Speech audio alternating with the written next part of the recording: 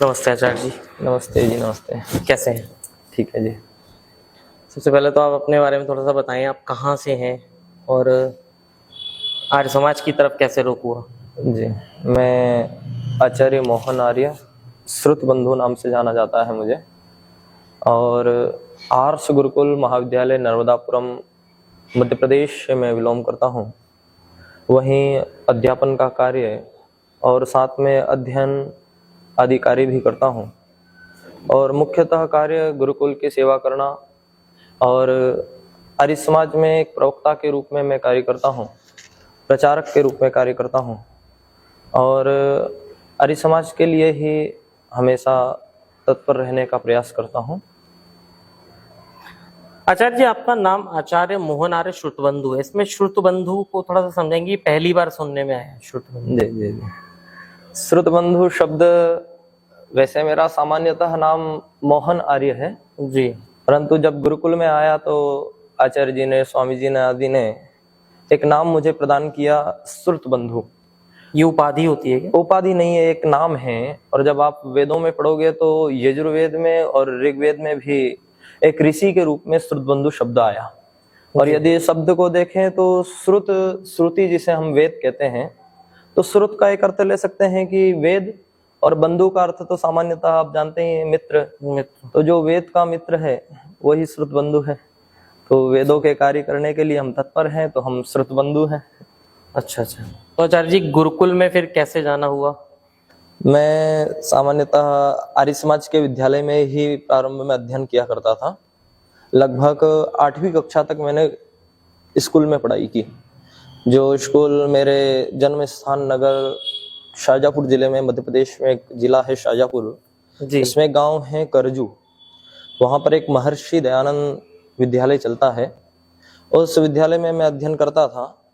कुछ पूर्व जन्म के संस्कार रहे होंगे, या गुरुओं का आशीर्वाद, या फिर आर्य समाज का कार्य देख करके मन में एक प्रेरणा जगी कि मैं भी गुरुकुल में जाऊं। तो मैं 1-2 बार गुरुकुल का भ्रमण करने के लिए आया हुआ था।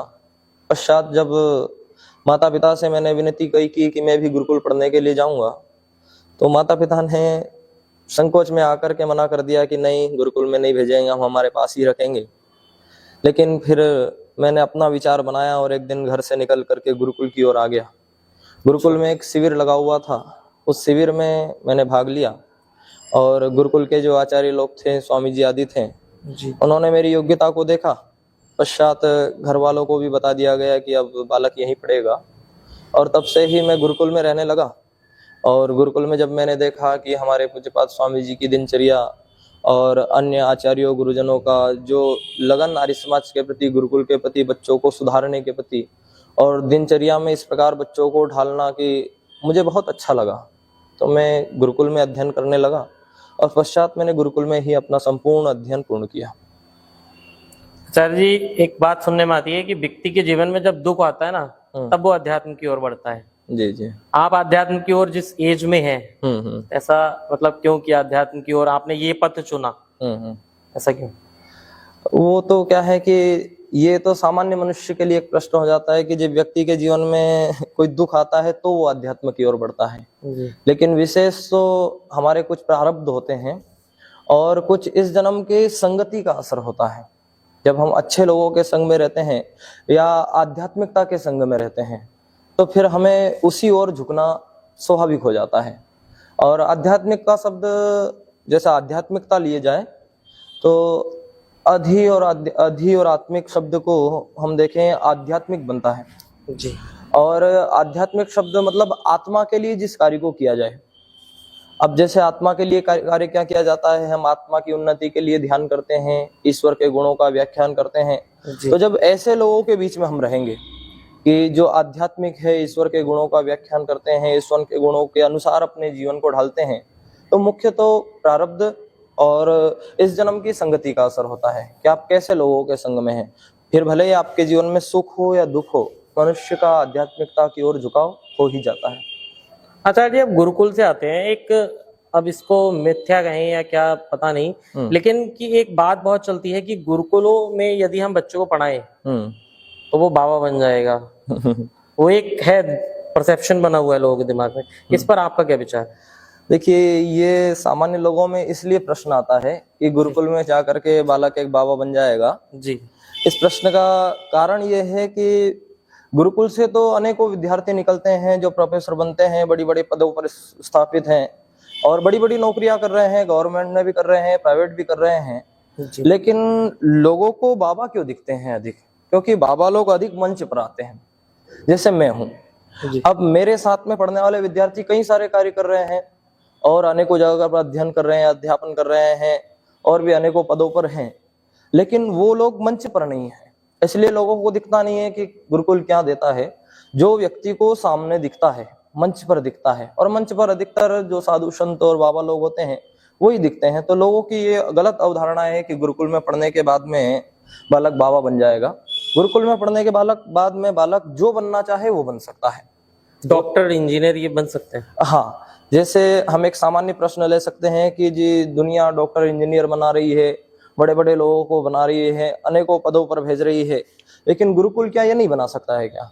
मैं कहूँ कि गुरुकुल उन सामान्य लोगों से 3 गुना अच्छा बना सकता है।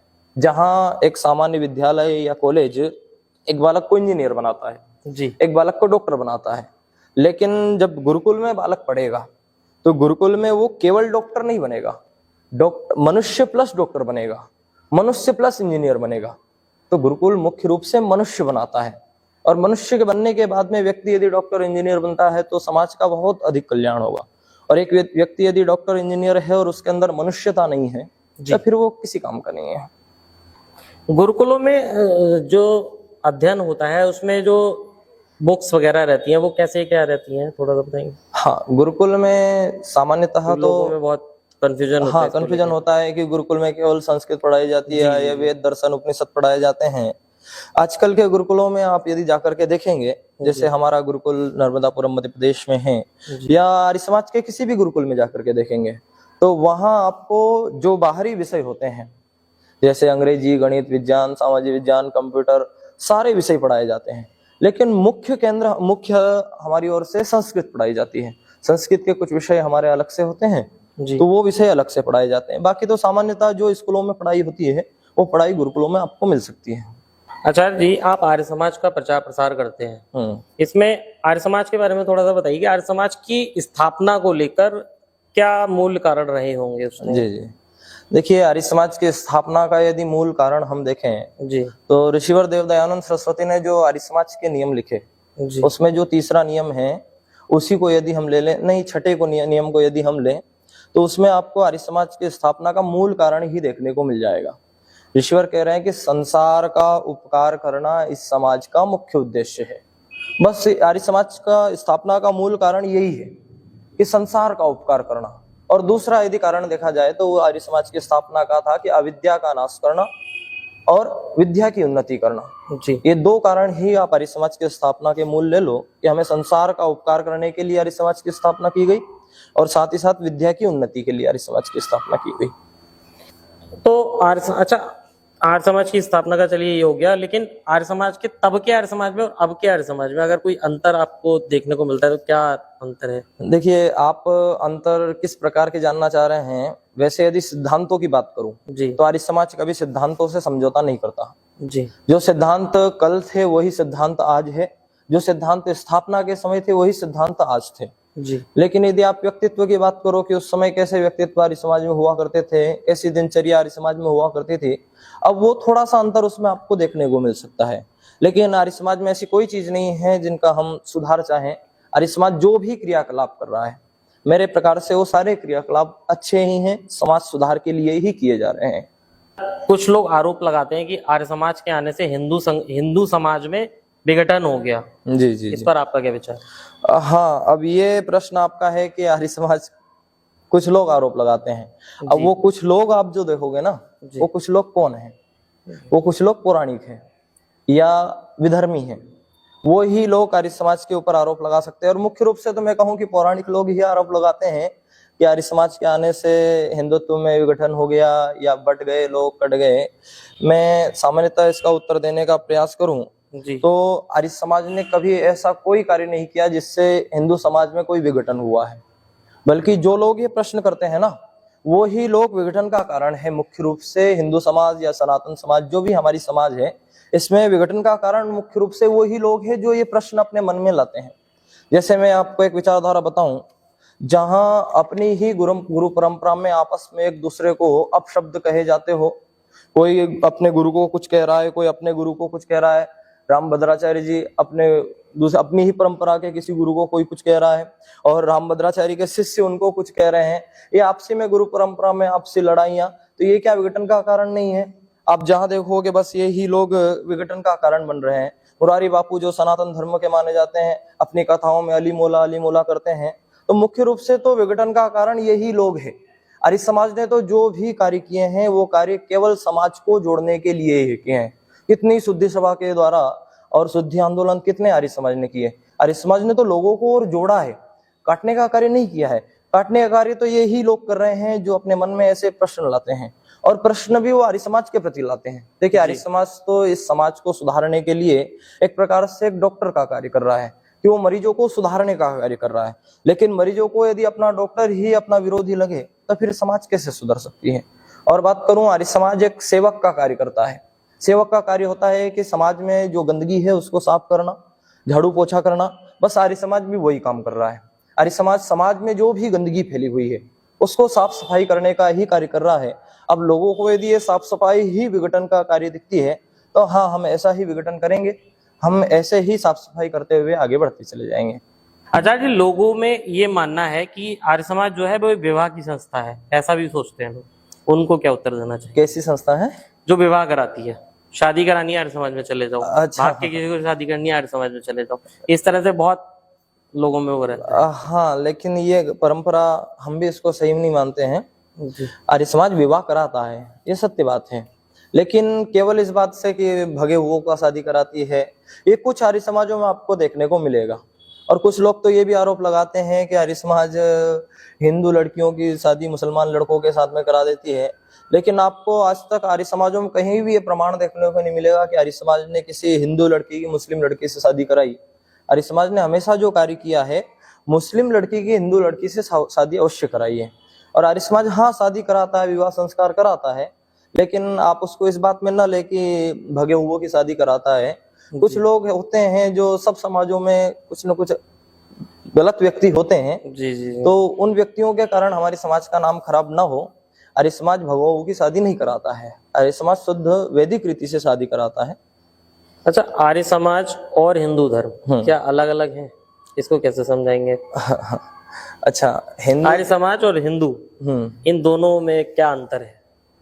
देखिए, आर्य समाज और हिंदू में अंतर तो कुछ भी मत देखो जी। सब दोनों के नियम एक ही समान है। दोनों सनातन संस्कृति की रक्षा करने के लिए आगे बढ़े हुए हैं, तो दोनों कार्य तो एक ही कर रहे हैं। थोड़ी सी विचारधाराएं दोनों की अलग अलग हो जाती हैं। बाकी सामान्यतः लोगों का एक मन में एक जिज्ञासा होती है, एक प्रश्न होता है जी। और एक मिथ्या भी बैठी हुई है कि आर्य समाज हिंदू धर्म से अलग कोई संस्था है, आर्य समाज सनातन से कोई अलग एक संस्था है। रामकृष्ण को नहीं मानती, रामकृष्ण को नहीं मानती, भगवान को नहीं मानती है। जी। लेकिन मैं यदि इस बात को स्पष्ट करूं कि आर्य समाज सनातन से कोई अलग संस्था नहीं है। वो तो ऋषिवर देवदयानंद ने जब आर्य समाज की स्थापना की तो स्थापना के समय उन्होंने इस संगठन का नाम एक समाज नाम से रख दिया। तो लोगों के मन में एक अवधारणा है कि जैसे अलग अलग समाजें होती हैं वैसे ये भी एक समाज है जी। लेकिन ये कोई अलग समाज नहीं है, ये तो सनातन का ही एक अंग है और सनातन की रक्षा करने के लिए आगे बढ़ रहा है। और इस बात को और थोड़ा सा स्पष्ट करूं, और ये आपने सुना भी होगा कि सनातन कौन होगा, सनातनी कौन होगा। जो सनातन की रक्षा करेगा वो तो सनातनी होगा ही सही, लेकिन मुख्य रूप से सनातनी कौन होगा? सनातन जो हमारे माने जाते हैं वेद माने जाते हैं जी। और जो संस्था, जो मनुष्य वेद के अनुसार अपने जीवन को ढालेगा, वेद के अनुसार अपने जीवन को चलाएगा या वेद की रक्षा के लिए अपने जीवन को तत्पर करेगा, वो व्यक्ति सनातनी कहलाएगा। तब सामान्यतः आर्य समाज के लोग हैं, आर्य समाजी हैं, वेदों की रक्षा करने के लिए हमेशा तत्पर रहते हैं और साथ ही साथ अपने जीवन को वेद के अनुसार ढालते हैं। तो सच्चे अर्थों में आर्य समाज सनातनी है, वो सनातन से कोई अलग संस्था नहीं है। और हिंदू समाज और आर्य समाज में कोई अंतर नहीं है, बस ये है कि दोनों अलग अलग स्तर से अपना अपना कार्य कर रहे हैं संस्कृति को बचाने के लिए। और जैसे माना जाता है कि आर्य समाज और हिंदू धर्म जो है वो एक कैंची के समान है। जैसे कैंची की एक लाइन इधर होती है और एक लाइन इधर होती है, दोनों अपने अपने स्तर से अपना अपना कार्य कर रही है, लेकिन इन दोनों के बीच में यदि कोई विधर्मी आता है तो जिस प्रकार से कैंची एक होकर के आपस में टकराव करती है, लेकिन टकराव करने के बाद में उन दोनों को कोई नुकसान नहीं होता, जो बीच में आता है उसको नुकसान होता है। बस आर्य समाज अपने स्तर से कार्य कर रहा है और हिंदू संगठन अपने स्तर से कार्य कर रहा है। टकराव दोनों में थोड़ा है, लेकिन टकराव से दोनों में कोई नुकसान नहीं है, लेकिन इनके बीच में यदि कोई आएगा तो वो काटा जाएगा। आपने वेद की बात की, वेद ईश्वरीय पुस्तक है ऐसा आर्य समाज मानता है? हाँ जी। यदि है तो कैसे? अच्छा, इस प्रश्न को हम स्पष्ट करें कि वेद ईश्वरीय पुस्तक क्यों है, जी यही आपका प्रश्न है। बिल्कुल, कि हम वेद को ईश्वरीय ही पुस्तक क्यों माने, क्योंकि आज समाज में देखा जाए, जैसे हम वेदों को देखें, वेदों को आप एक स्तर से देखें तो 20,000 कुछ मंत्र है, 20,379 मंत्र है। अच्छा, ये मंत्र कोई और दूसरा व्यक्ति नहीं लिख सकता क्या ईश्वर के अलावा? क्योंकि समाज में तो अनेकों पुस्तकें लिखी हुई है जी। लोगों ने इतने बड़े बड़े ग्रंथ लिखे हैं, लाखों लाखों पेज के ग्रंथ लिखे हुए हैं। तो यहाँ मनुष्य के मन में एक प्रश्न आ जाता है कि जब मनुष्यों ने इतनी बड़ी बड़ी पुस्तकें लिखी तो वेद को क्यों नहीं लिख सकते? फिर हम लोग क्यों मानते हैं कि वेद ईश्वरीय पुस्तक है? इस बात को हम स्पष्ट करें तो ये जाने हैं कि हमारा शब्द प्रमाण है, शब्द प्रमाण को हम मुख्य मानते हैं, और शब्द प्रमाण कहता है कि वेद ईश्वर का ही दिया हुआ ज्ञान है।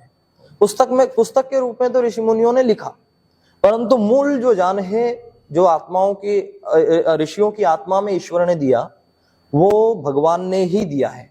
अब इसको हम कैसे समझे? जैसे हमारे गुरुजी एक उदाहरण दिया करते हैं कि हमें ये कपड़े किसने दिए।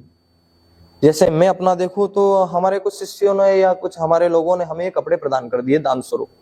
अब उससे यदि पूछा जाए कि जी ये कपड़े आप कहाँ से लाए, तो वो कहेंगे जी हम तो दुकान से लेकर के आए। बिल्कुल। दुकान वाले से जाकर के पूछेंगे जी कपड़े कहाँ से लेकर के आए, तो वो कहेंगे कि जी बड़ी दुकान से लेकर के आया।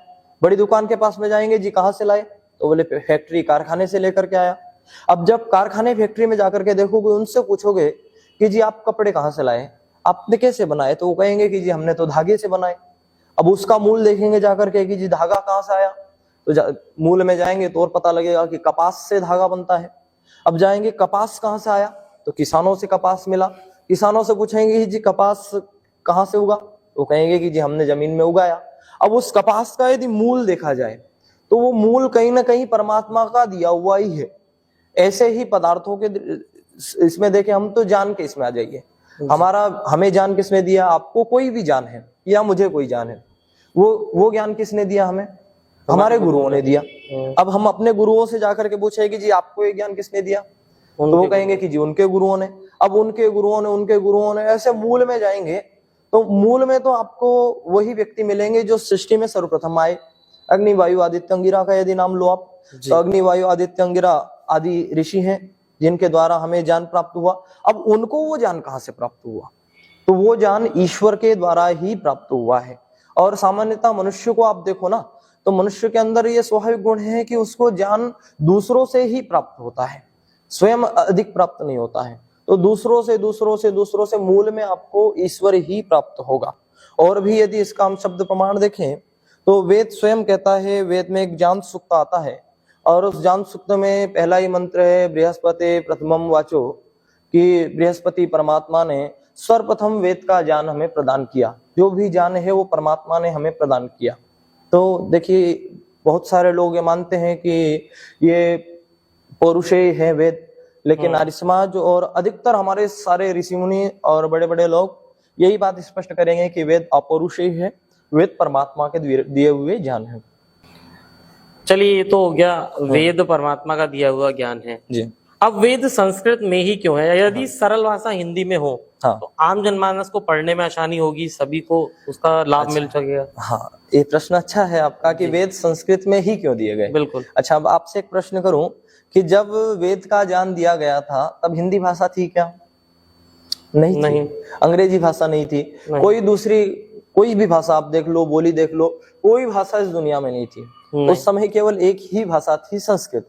इसीलिए संस्कृत में ही देना आवश्यक होता है।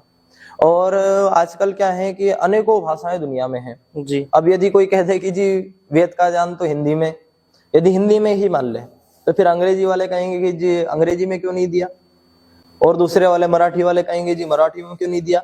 तो सबकी अपनी अपनी अवधारणाएं हैं, लेकिन यदि मूल देखें कि उस समय जब वेद का ज्ञान हमारे पास में आया जी तब केवल एक ही भाषा पूरी दुनिया में बोली जाती थी। ये नहीं केवल इस क्षेत्र में बोली जाती थी, पूरी दुनिया में केवल संस्कृत ही बोली जाती थी। और संस्कृत बोलने के कारण ही परमात्मा ने वेद का ज्ञान संस्कृत में ही दिया। और संस्कृत ईश्वरीय भाषा मानी जाती है, तो भगवान की भाषा संस्कृति है, तो संस्कृत में ही ज्ञान देंगे। आचार्य जी, ये तो वेद की बात रही। अभी यदि हम भक्ति की बात करें जी तो भक्ति की उम्र क्या होनी चाहिए? व्यक्ति क्योंकि आजकल युवा जो हैं वो ये समझते हैं कि भक्ति जो विषय है वो बुढ़ापे का है, हाँ न जवानी का है न बाल्यकाल का है वो। हाँ। इस पर आपका क्या विचार है? देखिए, भक्ति की कोई उम्र नहीं होती है। जब आप ऋषिवर देव दयानंद को देखोगे तो उन्होंने संस्कार विधि और अन्य ग्रंथों में लिखा, सत्यार्थ प्रकाश जैसे ग्रंथों में, कि जो ब्रह्म यज्ञ है ना, ब्रह्म यज्ञ तो आप समझते हैं जी ईश्वर की उपासना करना, ईश्वर का ध्यान करना ब्रह्म यज्ञ कहलाता है। तो हमारे ऋषि मुनियों ने ब्रह्म यज्ञ केवल संन्यास आश्रम को नहीं बोला या वानप्रस्थ आश्रम को नहीं बोला, चारों आश्रमों के लिए ये कर्तव्य कर्म है ब्रह्म यज्ञ, कि ईश्वर की उपासना ब्रह्मचारी भी करेगा, ईश्वर की उपासना गृहस्थ भी करेगा और ईश्वर की उपासना वानप्रस्थ भी करेगा, साथ ही साथ ईश्वर की उपासना संन्यास व्रत को धारण करने वाला सन्यासी भी करेगा। तो चारों आश्रमों के लिए ईश्वर की उपासना करने का विधान है। अब लोगों ने ये मान लिया कि जी ईश्वर की भक्ति करना तो केवल बुढ़ापे का काम है। अब यदि ये प्रश्न हम ले लें कि बुढ़ापे का ही काम है, तो मेरी एक बात का और ध्यान रखना कि व्यक्ति के जीवन में यदि बचपन में ईश्वर नहीं है, जवानी में ईश्वर नहीं है, तो बुढ़ापे में भी ईश्वर आ ही नहीं सकता। आपके पास में शुरुआत से ही जो वस्तु होगी वो ही आपके पास में अंत में होगी। यदि व्यक्ति जवानी में भी बचपने में भी ईश्वर की भक्ति न करे तो वो बुढ़ापे में भी नहीं कर सकता। इस बात को स्पष्ट समझिए, जिस व्यक्ति के पास में बचपन में और जवानी में ईश्वर की भक्ति नहीं है वो बुढ़ापे में भी नहीं कर सकता। तो ईश्वर की भक्ति करने का कोई उम्र नहीं है, प्रत्येक उम्र में हमें ईश्वर को ध्यान करना चाहिए। और हमारे ऋषि मुनियों ने लिखा, कोटिम तत्वा हरिम भजेत, सारी करोड़ों चीजों को त्याग करके हमें ईश्वर की भक्ति करनी चाहिए और प्रत्येक उम्र में ईश्वर की भक्ति करना चाहिए। अच्छा जी, पूजा और उपासना, हाँ जी, को कैसे समझें? देखिए अलग अलग होते हैं, एक ही है? पूजा और उपासना अलग अलग शब्द है। यदि ऋषिवर देव दयानंद के शब्दों को लिया जाए तो उन्होंने पूजा का अर्थ करते हुए लिखा कि अर्चना और सत्कार करना, ये होता है पूजा। तो पूजा एक बाह्य चीजें हैं और उपासना आंतरिक चीजें हैं। अर्थात जब पूजा को आप देखोगे तो पूजा में सत्कार करना या अर्चना करना, किसी की सजावट करना, उसको बड़े अच्छे फूल आदि चढ़ाना, उसका सत्कार करना, उसकी सेवा करना, ये पूजा कहलाता है। लेकिन आंतरिक रूप से उसकी सेवा करना, उसके गुणों को अपने जीवन में धारण करना, तो आंतरिक उन्नति उपासना कहलाती है। ईश्वर के समीप जाना उपासना कहलाता है। और आत्मचिंतन करते हुए निश्रेयस ईश्वर की उपासना करना, ईश्वर को पाना, ये उपासना कहलाता है। और अर्चना करना, सत्कार करना पूजा कहलाता है। दोनों शब्द अलग अलग हैं। अच्छा जी, ईश्वर को साइंटिफिकली हम प्रूफ कर सकते हैं क्या कि यहाँ एक ईश्वर सत्ता है कोई? देखिए, ऐसा तो स्पष्ट रूप से तो हम नहीं कह सकते, सिद्ध कर सकते हैं जी, लेकिन हम अनुभव से सिद्ध कर सकते हैं ईश्वर को। कैसे? अब ये अनुभव तो आपको भी होता होगा कि ईश्वर है या नहीं है। जैसे हम, ये वायु है हमारे आसपास घूम रही है जी, अब ये कोई ऐसे सिद्ध तो हो नहीं रही कि वायु है, केवल थोड़ा सा अनुभव हो रहा है कि हमें लग रही है, हवा लग रही है तो वायु है। ऐसे ही हम ईश्वर को, जब उसके गुणों को, इसकी स्तुति प्रार्थना उपासना करेंगे तो व्यक्ति को अनुभव हो ही जाता है कि ईश्वर है। क्योंकि ईश्वर का आनंद हमें चाहिए तो उसकी उपासना, भक्ति और स्तुति करना होगा। और जो व्यक्ति ईश्वर की स्तुति प्रार्थना उपासना करता है उसको ईश्वर का अनुभव हो ही जाता है।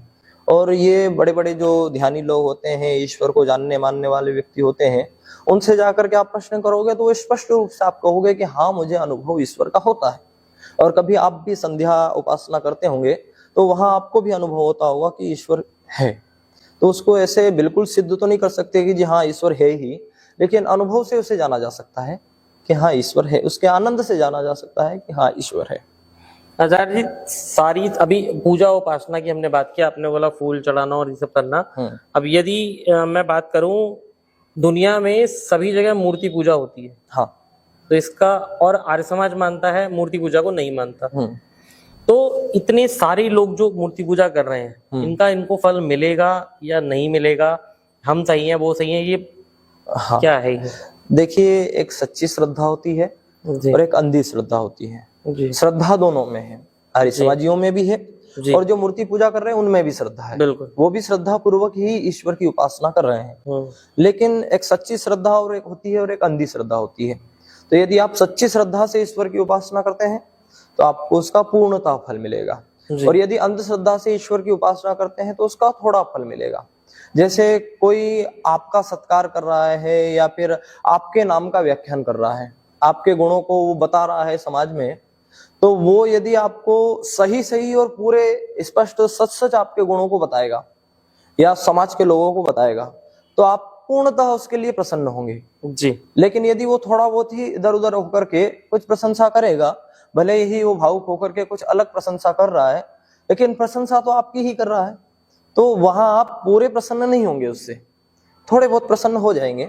बस ऐसे ही ईश्वर की उपासना करने में है कि जो व्यक्ति मूर्ति पूजा आदि करके ईश्वर की उपासना या भक्ति कर रहे हैं, पूजा कर रहे हैं, उनको थोड़ा सा फल मिल सकता है। लेकिन यदि वो निराकार ईश्वर को मानते हुए बिना पाखंड में फंस करके ईश्वर की उपासना करते हैं तो उनको पूर्णतः फल मिलेगा। और आजकल लोगों में यह धारणा बन गई कि जी आर्य समाज तो ईश्वर को मानता ही नहीं है जी। लेकिन सच्चे अर्थ में तो आर्य समाज ईश्वर को मानता है।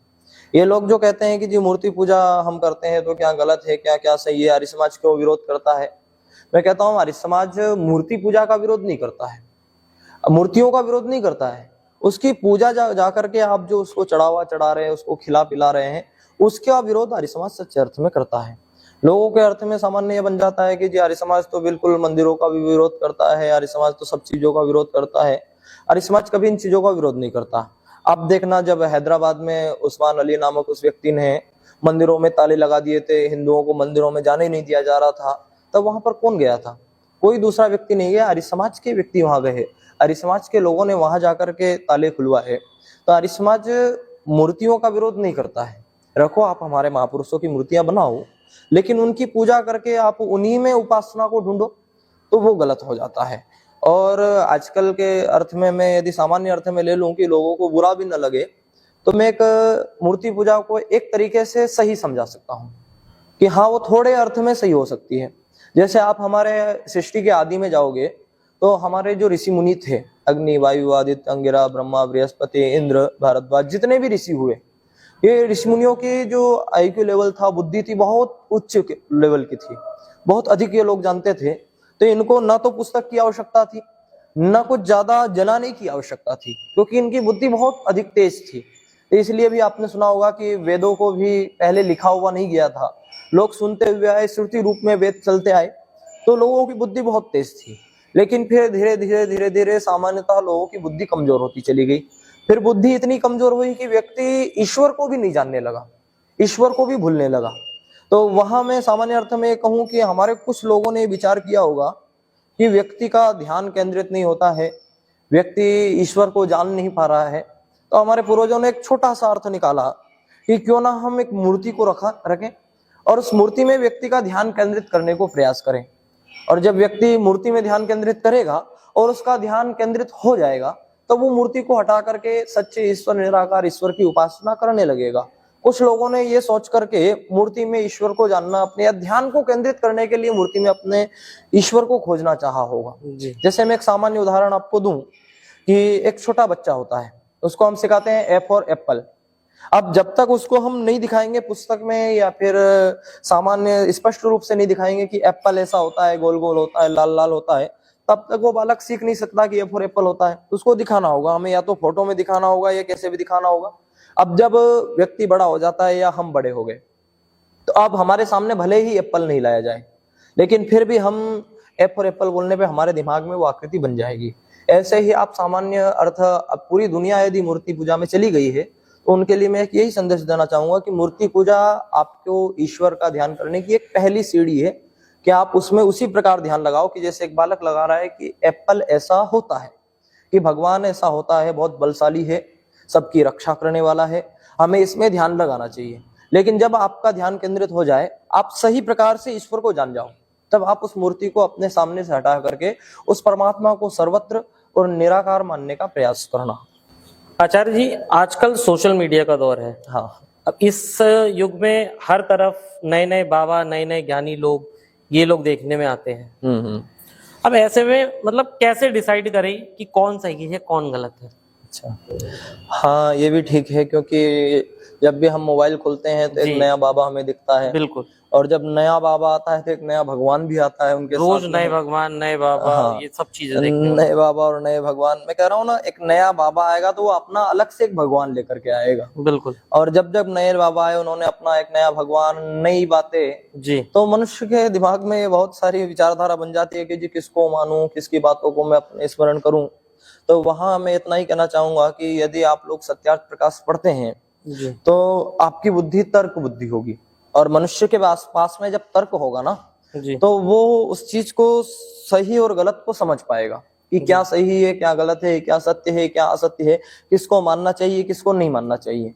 और यहाँ मैं कहूँ कि जहाँ हमारे शास्त्रों ने कहा और हमारे मनीषियों ने बताया कि श्रवण, मनन, निधिध्यासन और साक्षात्कार, जी केवल किसी को मत सुनना, सुनने के बाद में उस पर मनन करना, उसका निधिध्यासन करना, जी ये सही है या नहीं है, उसका प्रमाण खोजना, और फिर उसको साक्षात्कार करना। आज दुनिया ने क्या मान लिया कि जी जो कहा गया वो ही सही है, और सुनने के बाद में सीधा साक्षात्कार कर लिया। लेकिन हमारे मनीषी कहते हैं कि सुनने के बाद में सीधा साक्षात्कार मत करना, सुनने के बाद में आप उस पर मनन करना, उस पर चिंतन करना, उसका निधिध्यासन करना कि क्या ये सही है या क्या गलत है। क्योंकि आज हमारे सामान्य जगत में ये हो गया है कि बाबाओं की बड़ी परंपरा चल चुकी है। व्यासपीठ पर बैठा एक बाबा जो कुछ बोल देता है व्यक्ति वही मान लेता है, बिल्कुल। क्योंकि उसके अंदर वो एक श्रद्धा होती है कि जी गुरुजी बहुत बड़े हैं, गुरुजी बहुत बड़े हैं। और गुरुजी केवल ये भी कह दे, जैसे मैं एक व्यासपीठ पर बैठा हूं और मैं कह दूं कि जी आपको यदि अपने जीवन में सुख शांति चाहिए तो बाजार में जाना और 1 दर्जन केले खरीद करके लाना जी और उन केलों की पूजा करना। अब यदि मैं अच्छा बाबा हूं या लोगों के प्रति मेरी श्रद्धा है तो लोग उसी बात को सत्य मान लेंगे कि जी केले लेकर के आना 1 दर्जन, उनकी पूजा करना है, उसी से जीवन में सुख शांति आएगी। और देखना ये बात यदि लोगों ने मान ली तो केलों का भाव बढ़ जाएगा।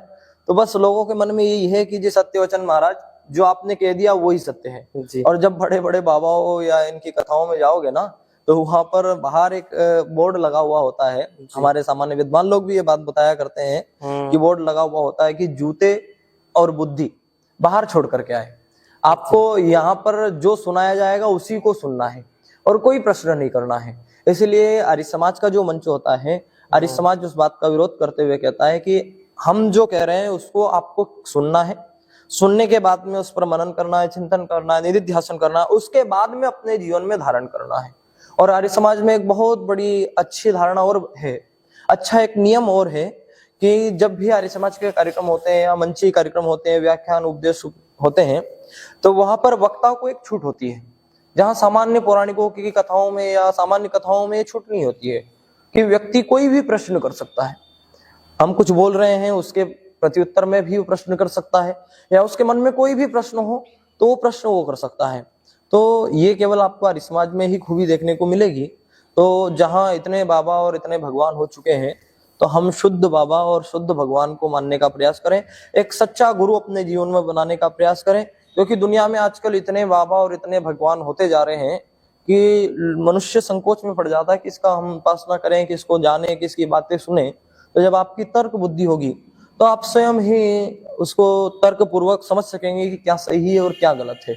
और यहाँ मैं एक बात और कहूंगा कि बाबाओं को जब आप देख रहे हो कि इतने बाबा अपने अपने स्तर से अलग अलग संस्थाएं बना बना करके अपने अपने भगवान की पूजा कराने में लगे हुए हैं, और अलग अलग भगवान को लोग भी, जनता भी अलग अलग भगवान को पूजने में लगी हुई है कि जी मेरा भगवान ये है, मेरा भगवान वो है। तो भगवान जब इस जनता को या मनुष्य जाति को देखते होंगे ना तो भगवान भी कहीं ना कहीं अपने मन में संकोच करते होंगे, उनको दुख होता होगा। वैसे भगवान को दुख नहीं होता है, लेकिन कहीं ना कहीं उनके मन में संकोच तो होता होगा कि मैंने कितना उत्तम मनुष्य चोला बना करके भेजा, और ये मनुष्य चोला क्या कर रहा है, इतनी उत्तम बुद्धि इसको मैंने दी, अपने अपने स्तर से अपना अपना ज्ञान का प्रकाश फैला रहा है, वेदों को छोड़ करके अपनी बातें लोगों में धारण बना रहा है, और साथ ही साथ अपना एक भगवान बना करके मुझे ही भागों में बांट रहा है और मेरे नाम से ही लड़ाई कर रहा है। आज देखो ना आप, उस व्यक्ति की अलग संस्था है, उस व्यक्ति की अलग संस्था है, वो अपने स्तर से कार्य कर रहा है, आपस में टकराव है। दोनों लड़ रहे हैं अपने भगवान के नाम से, अपने संस्था के नाम से, अपने गुरुओं के नाम से।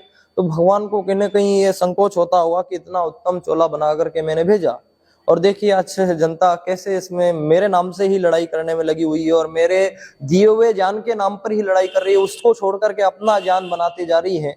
जैसे मैं एक उदाहरण दिया करता हूँ सामान्य अपने प्रवचनों में कि एक गुरुजी थे, उनके दो शिष्य थे जी। अब दोनों शिष्य बड़े अच्छे प्रकार से आश्रम में विद्या अध्ययन कर रहे थे। एक दिन की बात है कि दोनों शिष्यों में आपस में लड़ाई हो गई। अब जब आप देखना सामान्यतः दो भाइयों में जब आपस में लड़ाइयां होती है तो लड़ाई के बाद में क्या होता है, बंटवारा होता है कि जी ये मेरा वो मेरा, आज हम आपसी बातचीत नहीं करेंगे, अपने अपने काम करेंगे। तो दोनों शिष्यों में जब आपस में लड़ाई हुई तो दोनों शिष्यों ने भी सोचा कि क्यों ना हम भी बंटवारा करें, और दोनों शिष्य गुरुजी के पास में जाते हैं और गुरुजी के पास में जाकर कहते हैं गुरुजी हमारी लड़ाई हो गई, हम बंटवारा करना चाहते हैं। तो जब बंटवारा करने की बात हुई तो गुरुजी कहते हैं बोले पागलो, तुम्हारे पास में है ही क्या बंटवारा करने के लिए, मैं एक अकेला गुरु ठहरा, क्या तुम मेरा भी बंटवारा करोगे? बोले गुरुजी ये तो बहुत अच्छी बात है, हम आपका ही बंटवारा कर लेते हैं। दोनों शिष्यों ने गुरुजी का बंटवारा किया। अब बंटवारा क्या किया कि गुरुजी आपके दाहिने हाथ की सेवा ये करेगा, बाएं हाथ की सेवा मैं करूंगा, आपके दाहिने पैर की सेवा ये करेगा, बाएं पैर की सेवा मैं करूंगा, आपका यज्ञ की व्यवस्था ये करेगा, आपके सोने की व्यवस्था मैं करूंगा। दोनों शिष्यों ने अपने आपस में काम बांट लिए। कुछ दिनों तक दोनों अपने अपने काम करते रहे। कुछ दिनों तक तो गुरुजी को बहुत आनंद आने लगा। और आनंद क्यों आता था कि दोनों शिष्यों की आपस में लड़ाई थी। जब एक शिष्य हाथ दबाने के लिए आता तो वो कहीं यदि 30 मिनट दबाता ना तो दूसरा वाला उसको जलन मचाने के लिए वो 45 मिनट दबा करके जाता। कहीं एक शिष्य गुरुजी के पैर की मालिश 45 मिनट करके जा रहा, दूसरा वाला 1 घंटे तक करके जाता। गुरुजी को बड़ा आनंद आने लगा कि इन दोनों की लड़ाई हो गई तो मेरी तो और अच्छी सेवा हो रही है। लेकिन एक दिन की बात है, गुरुजी दोपहर के समय विश्राम कर रहे थे और विश्राम करते हुए जैसे ही वो खटिया पर लेटे और उनको नींद आई, नींद आते ही उन्होंने करवट ली और करवट लेते ही उनके बाएं पैर पर उनका दाहिना पैर आ गया। अब जैसे ही बाएं पैर पर उनका दाहिना पैर आया तो उस बाएं पैर वाले शिष्य ने देखा, बोले मेरे पैर के ऊपर इसका पैर आया तो आया कैसे? अब वो एक डंडा लेकर के आता है जी और गुरुजी के दाहिने पैर में जोर से डंडा मारता है, गुरुजी का पैर तोड़ देता है। गुरुजी एकदम से लड़खड़ाते हुए उठते हैं, अरे पागल ये तूने क्या कर दिया? बोले गुरुजी मेरे पैर के ऊपर इसका पैर आया तो आया कैसे? गुरुजी सोचते हैं तो पागल हो गया है, पूरा तेल लेकर के अपने पैर की मालिश करने में लगे हुए हैं। तभी बायां पैर वाला वो जिस पैर में लगी थी दाहिना पैर वाला शिष्य आता है, पूछता है गुरुजी मेरे पैर में क्या हो गया, आप मेरे पैर की मालिश क्यों कर रहे हैं? तो गुरुजी कहते हैं तेरा पैर उसके पैर के ऊपर चला गया था, इस कारण उसने तेरे पैर में डंडा मार दिया। अब वो शिष्य जब ये बात सुनता है कि जी मेरे पैर में डंडा मारा तो मारा कैसे, और वो भी एक डंडा लेकर के आता है और गुरुजी के दूसरे पैर में भी डंडा मार करके चला जाता है। अच्छा यहाँ विचार ये करो कि दोनों शिष्य के अपने अपने पैर थे, दोनों अपने अपने पैर की सेवा करते थे, अपने अपने पैरों को डंडा मारा, लेकिन दुख किसे हो रहा है? गुरुजी को दुख हो रहा है। ऐसे ही भगवान एक है। जब हम भगवान का ज्ञान एक है, जब हम उसके ज्ञान को बांट करके अलग अलग बाबा बन करके अलग अलग उस ज्ञान को अपने स्तर से बांटने लगेंगे, उस ज्ञान को छोड़ करके अपना ज्ञान लोगों को देने लगेंगे और साथ में ही वो एक है, उसका नाम एक है ओम, तो उसके अनुसार हम अपना अपना अलग नाम बना करके भगवान को बांटने लगेंगे, तो वहां कहीं ना कहीं संकोच भगवान को होता होगा कि देखिए कितना उत्तम मनुष्य चोला बना करके भेजा और आज किस प्रकार से अलग अलग प्रकार से मुझे बांटने में लगा हुआ है।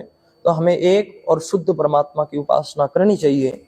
और ये प्रश्न आया तो एक और थोड़ी सी परिभाषा में आपको देते चलूं कि जब भी आपके मन में ये प्रश्न आए कि जी इतने सारे बाबा हो गए, इतने सारे भगवान हो गए, तो किसकी बात को माने, कौन से भगवान को हम माने, तो वहां पर आप परिभाषा किसी और की मत उठाना, ऋषिवर देव दयानंद की परिभाषा उठाना। और ऋषिवर देव दयानंद सरस्वती जी ईश्वर स्तुति प्रार्थना उपासना के दूसरे मंत्र में कहते हैं, हिरण्यगर्भ समवर्तताग्रे भूतस्य जाता पतिरेकासीत सदाधार पृथ्वीम द्यामु तेमाम कस्मै देवा यह विषाविधेमा, कि हमें कौन से प्रभु की उपासना करना है? तो वो लिखते हैं जो स्वप्रकाश स्वरूप, जिसने प्रकाश करने हारे सूर्य चंद्रमा आदि पदार्थों को उत्पन्न किया और धारण कर रहा है, और जो संपूर्ण जगत का स्वामी है, उस चेतन स्वरूप परमात्मा की उपासना हमें करना है, उस शुद्ध परमेश्वर की उपासना हमें करना है। तो जब बहुत सारे बाबा और बहुत सारे भगवान आपको देखने को मिले तो वहां भगवान में ये परिभाषा घटाना कि जिसने सूर्य चंद्रमा आदि पदार्थों को उत्पन्न किया है, जो इन सबको धारण कर रहा है, इन सबको प्रकाशित कर रहा है, और इन सबसे पहले पूर्व वर्तमान है, हमें उसी की उपासना करना है। तो सच्चे और शुद्ध परमेश्वर की उपासना करें और शुद्ध ज्ञान को तर्क के अनुसार अपने जीवन में धारण करने का प्रयास करें। आचार्य जी, अगर प्रेजेंट टाइम की बात करूं तो एक भगवान है पूज्य रामपाल जी, हाँ, उस पर क्या टिप्पणी करना चाहेंगे आप? क्योंकि वो भी, उनके भक्त खुद को भगवान बताते हैं, वो उनको भगवान बताते हैं, और आज वो जेल में भी है। हाँ। कुछ टिप्पणी करना देखिए, मैं चाहेंगे? ज्यादा टिप्पणी तो इस पर नहीं करूंगा। जी जो व्यक्ति स्वयं न्याय व्यवस्था के अनुसार जेल में है जी और ऐसे केस के द्वारा, कुकर्म के द्वारा वो जेल में है, तो उसको हम भगवान कैसे मान सकते हैं? जब व्यक्ति की बुद्धि ठीक नहीं हो ना, तो वो किसी को भी भगवान मानने लग जाएगा। हमें अपने आप में पहले अपने आप को सुधारने का प्रयास करना है। जब व्यक्ति स्वयं में ठीक हो जाएगा तो वो दूसरों को भी ठीक देखेगा और सही को सही मानने लगेगा। अच्छा, जिस व्यक्ति के जीवन में ही व्यभिचार है, जिस व्यक्ति के जीवन में ही अधर्मता है, असत्यता है, तो वो उसी व्यक्ति को अपना भगवान मानेगा जिस व्यक्ति के जीवन में व्यभिचार, जिस व्यक्ति के जीवन में अधर्म और असत्यता है।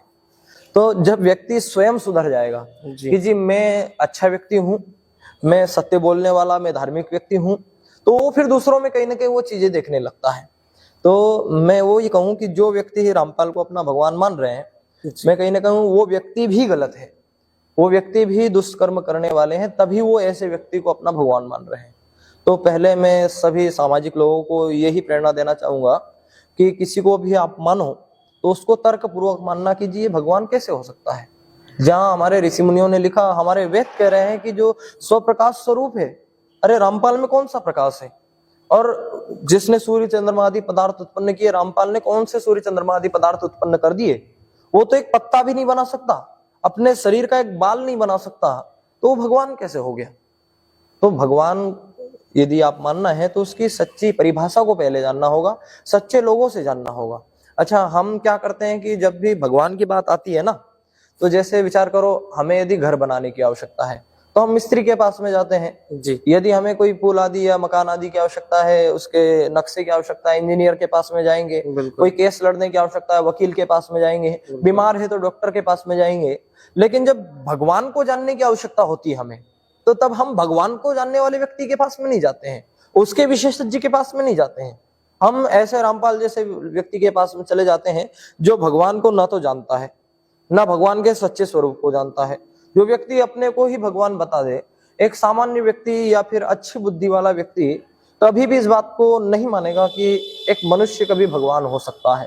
अच्छा, भगवान का गुण यदि सामान्यतः हम लें तो क्लेश कर्म विपाक से अपरामृष्ट पुरुष विशेष ईश्वर। ईश्वर कौन होगा? हमारा योग दर्शन कह रहा है क्लेश कर्म विपाक से अपरामृष्ट पुरुष विशेष ईश्वर, कि जिसके जीवन में कोई क्लेश नहीं है। अच्छा, रामपाल के जीवन में कोई क्लेश नहीं है क्या? उसको दुख हो रहा है, आज जेल में पड़ा हुआ है, दुख हो रहा है। तो जब जिस व्यक्ति के जीवन में क्लेश है वो ईश्वर कैसे हो सकता है? ये तो हमारे शास्त्र योग दर्शन कह रहे हैं। और क्लेश कर्म, जो अपने कर्मों को भोगता नहीं है, अर्थात किसी उसके जीवन में कोई विपाक नहीं होते हैं, अरे वो तो अपने कर्मों को भोग रहा है, तभी तो जेल में है। तो जो व्यक्ति अपने कर्मों को भोग रहा है वो ईश्वर कैसे हो सकता है? और अपरामृष्ट पुरुष विशेष ईश्वर, यदि आप ईश्वर को जानना चाहते हैं तो आपको ईश्वर की सच्ची परिभाषा को पहले जानना होगा। तो ये लोग व्यक्ति, सामान्य लोग ईश्वर नहीं हो सकते। ईश्वर तो परम शक्ति है, परम आनंद स्वरूप है, उसको जानना चाहिए हमें। आचार्य जी, ये तो भगवान और ईश्वर की बात रही। अब सनातन संस्कृति में, सनातन धर्म में शंकराचार्य का क्या महत्व है? अच्छा, शंकराचार्य का जब आप महत्व देखोगे तो हमारे इस सनातन धर्म में, हिंदू धर्म में मान लो, हिंदू धर्म में सामान्य सबसे ऊंची पदवी शंकराचार्य की मानी जाती है। तो 4 शंकराचार्य जो आदि शंकराचार्य जी थे, उन्होंने 4 पीठों की स्थापना की। पूर्व पश्चिम उत्तर दक्षिण चारों ओर 4 पीठों की स्थापना की। और उन 4 पीठों के द्वारा इस बात को स्थापित करना चाहा कि जब 4 दिशाओं में 4 अच्छे धर्मों को जानने वाले धर्मगुरु होंगे तो कहीं ना कहीं हम अपने सनातन संस्कृति की रक्षा कर पाएंगे। तो आदि शंकराचार्य ने इसीलिए है, शंकराचार्य जो पीठ है उनकी स्थापना इसलिए की थी कि जब अलग अलग क्षेत्र में, अलग अलग जगहों पर हमारे धर्मगुरु बैठे रहेंगे तो वो सनातन संस्कृति की रक्षा करने के लिए आगे बढ़ेंगे और हिंदुओं को एकत्रित करते हुए अपनी संस्कृति की रक्षा करेंगे। लेकिन आजकल के लोगों ने क्या मान लिया? केवल उसको एक पद मान लिया और पद के नाम से लड़ाई करते हुए हम शंकराचार्य। और शंकराचार्य का जो महत्व होता है कि जी सनातन को एकत्रित करके रखना, उसको सुरक्षित करके रखना, जो भी गलत अवधारणा आ रही है तुरंत उस पर शास्त्रार्थ करके उसके प्रमाण देना, ये हमारे हिंदू समाज में इन 4 शंकराचार्यों का मुख्य महत्व कार्य होता था। लेकिन आज केवल पीठ मान करके अपनी अपनी पीठ में कि जी मैं यहाँ का राजा हूँ, या पद मान करके कि जी ये मेरा पद है, बस उसी में लिप्त होए जा रहे हैं। इसकी नियुक्ति की कोई प्रक्रिया तो हाँ, होती होगी? नियुक्ति की प्रक्रिया बहुत अच्छे आदि शंकराचार्य ने की थी और बहुत अच्छे विचारों से उन्होंने की थी कि जो व्यक्ति शंकराचार्य होगा उसमें लगभग 5-6 नियम उन्होंने बनाए थे कि जी जो भी शंकराचार्य होगा, पहली बात तो वो अविवाहित होगा, शादीशुदा व्यक्ति शंकराचार्य के पद पर नहीं बैठेगा, उस पीठ का महंत नहीं बनेगा। तो पहला नियम तो ये बनाया गया कि वो अविवाहित होगा। फिर दूसरा नियम बताया कि वो ब्रह्मसूत्र को जानने वाला होगा, वेदांत शास्त्र का एक अच्छा विद्वान, प्रकांड विद्वान वो होगा। 2 नियम हो गए। पहला वो शादीशुदा नहीं होगा, ब्रह्मचर्य को धारण करने वाला होगा। दूसरा वेदांत शास्त्र को वो जानने वाला होगा। और तीसरा नियम बताया कि वो सन्यास व्रत को धारण करने वाला होगा। बात वही हो गई, वो शादीशुदा ना हो और सन्यास व्रत को धारण करने वाला हो। और तीसरी जो सबसे महन थी कि वो ब्राह्मण कुल में पैदा हुआ होगा, एक ब्राह्मण होगा और एक ब्राह्मण के घर पर जन्म लेने वाला व्यक्ति होगा। और सबसे विशेष बात यह थी कि शंकराचार्य चुना जाएगा, अपने मन से नहीं बनेगा। सबसे विशेष बात यही थी शंकराचार्य बनने की कि शंकराचार्य चुना जाता था। अब वो चुना कैसे जाता था कि जो सबसे बड़ा वेदांत शास्त्र को जानने वाला होगा, जो सन्यासी होगा, जो ब्राह्मण कुल में जन्मा होगा, वो उस व्यक्ति को शंकराचार्य बनाया जाएगा और उसको चुना जाएगा, बनाया नहीं जाएगा, वो अपने मन से नहीं बनेगा, उसको चुना जाएगा। लेकिन आजकल के लोगों ने क्या कर लिया कि जो हमारी लंगोटी धोएगा, जो हमारा शिष्य होगा, उसको हम अगला शंकराचार्य बना देंगे। अब बचपन में ही निर्धारित कर रहे हैं कि जी ये बालक आगे चल करके शंकराचार्य बनेगा। अरे आप क्या जानते हो कि आगे चल करके वो वेदांत शास्त्र का जानने वाला होगा या नहीं होगा, वो सन्यास व्रत को धारण करने वाला होगा या ना होगा, वो अच्छे कार्यों को करने वाला होगा नहीं होगा। उसके अंदर ये योग्यता होनी चाहिए कि वो समाज को एकत्रित करके रखे। तो मुख्य रूप से तो आजकल लोगों ने बना लिया कि जी हमारे शिष्य हमारा आगे चल करके उत्तराधिकारी होगा। नहीं, शंकराचार्य चुना जाएगा और उसका कर्तव्य होगा कि वो समाज सनातन को एकत्रित करके रखे और गलत कुरीतियों का विरोध करते हुए तुरंत अपने प्रमाण वहां पर स्थापित करें। आचार्य जी, अगर हम वर्तमान की बात करें तो वर्तमान में कोई धर्म राष्ट्र की एकता को बढ़ावा दे सकता है? देखिए, राष्ट्र की एकता तो केवल वैदिक धर्म से ही बढ़ सकती है। वैदिक धर्म ही, आर्य समाज के सिद्धांत ही और ऋषिवर देव दयानंद द्वारा दिए गए सिद्धांत ही इस एकता को बढ़ावा दे सकते हैं। और मैं ये कहूँ ना कि धर्म की जो बात कर रहे हैं, सनातन धर्म को मान छोड़ करके कोई भी धर्म नहीं है, ये सब तो समुदाय है। तो सनातन धर्म के नियम ही, सनातन धर्म की संस्कृति ही और सनातन धर्म के सिद्धांत ही राष्ट्र को एकता में जोड़ सकते हैं, राष्ट्र को एकत्रित कर सकते हैं, और कोई समुदाय नहीं कर सकता। धर्म, देश और संविधान में बड़ा कौन है? देखिए, बात तो तीनों अपने अपने स्तर पर सही है जी, लेकिन मुख्य रूप से धर्म ही बड़ा है। देखिए, यदि धर्म नहीं होगा तो संविधान कैसे हो सकता है? यदि धर्म ही नहीं है तो फिर राष्ट्र कैसे हो सकता है? जी। तो मुख्य रूप से यदि मैं मानूं कि धर्म ही बड़ा है, और धर्म सामान्यतः वो मत ले लेना कि जी हिंदू धर्म है, मुस्लिम धर्म है, ये धर्म है, वो धर्म, धर्म वो बात नहीं है। धर्म क्या है? मूल रूप से यदि धर्म को समझा जाए, क्योंकि धर्म में हमारे समाज में भी अलग अलग अवधारणाएं हैं। आजकल के लोगों ने क्या मान लिया कि जी पूजा करना धर्म है, यज्ञ करना धर्म है, अगरबत्ती जलाना धर्म है, दीपक जलाना धर्म है। ये धर्म नहीं है। धर्म, मूल धर्म जिसे जाना जाए, वैसे तो धर्म की अलग अलग परिभाषाएं आपको हमारे शास्त्रों में भी देखने को मिलेगी। जैसे महर्षि मनु ने धर्म के 10 लक्षण कहे, धृति, क्षमा, दमो, संयम, शौचम, इंद्रिय निग्रह, धीर, विद्या, सत्यम, क्रोधो, दशकम धर्म लक्षणम। धृति, क्षमा, दम, अस्तेय आदि का पालन करना धर्म है। किसी ने कहा वेद स्मृति सदाचार स्वस्य च प्रेमात्मना एतत् चतुर्विधम प्राहु साक्षात धर्म से लक्षणम, कि वेद, स्मृति, सदाचार और अपनी आत्मा के अनुकूल व्यवहार करना धर्म है। किसी ने कहा श्रूयताम धर्म सर्वस्य सुत्वाच्युधारिताम आत्मना प्रतिकूलानि परेशान न समाचरेत, कि अपनी आत्मा को जो अच्छा लगे, अपनी आत्मा के अनुकूल व्यवहार करना ही धर्म है। लेकिन यदि मैं अपने विद्वानों के अनुसार उस धर्म की परिभाषा बताऊं तो धर्म की परिभाषा केवल एक ही हो सकती है कि ईश्वर की आज्ञा का पालन करना ही धर्म है। अब उस ईश्वर की आज्ञा का पालन क्या है? वेद है। तो वेद के अनुसार अपने जीवन को चलाना धर्म है। अब आपका प्रश्न है कि जी धर्म बड़ा कि राष्ट्र बड़ा कि संविधान बड़ा। जी। अब धर्म है कि ईश्वर की आज्ञा का पालन करना धर्म। अब यदि ईश्वर की आज्ञा का पालन ही नहीं हो रहा है तो क्या संविधान बन सकता है या संविधान चल सकता है क्या? जब तक ईश्वर की आज्ञा का पालन नहीं होगा तब तक कुछ नहीं हो सकता, और जब तक ईश्वर की आज्ञा का पालन नहीं होगा राष्ट्र भी नहीं बन सकता। तो मुख्य तो धर्म ही बड़ा है और धर्म का हमें पालन करना चाहिए।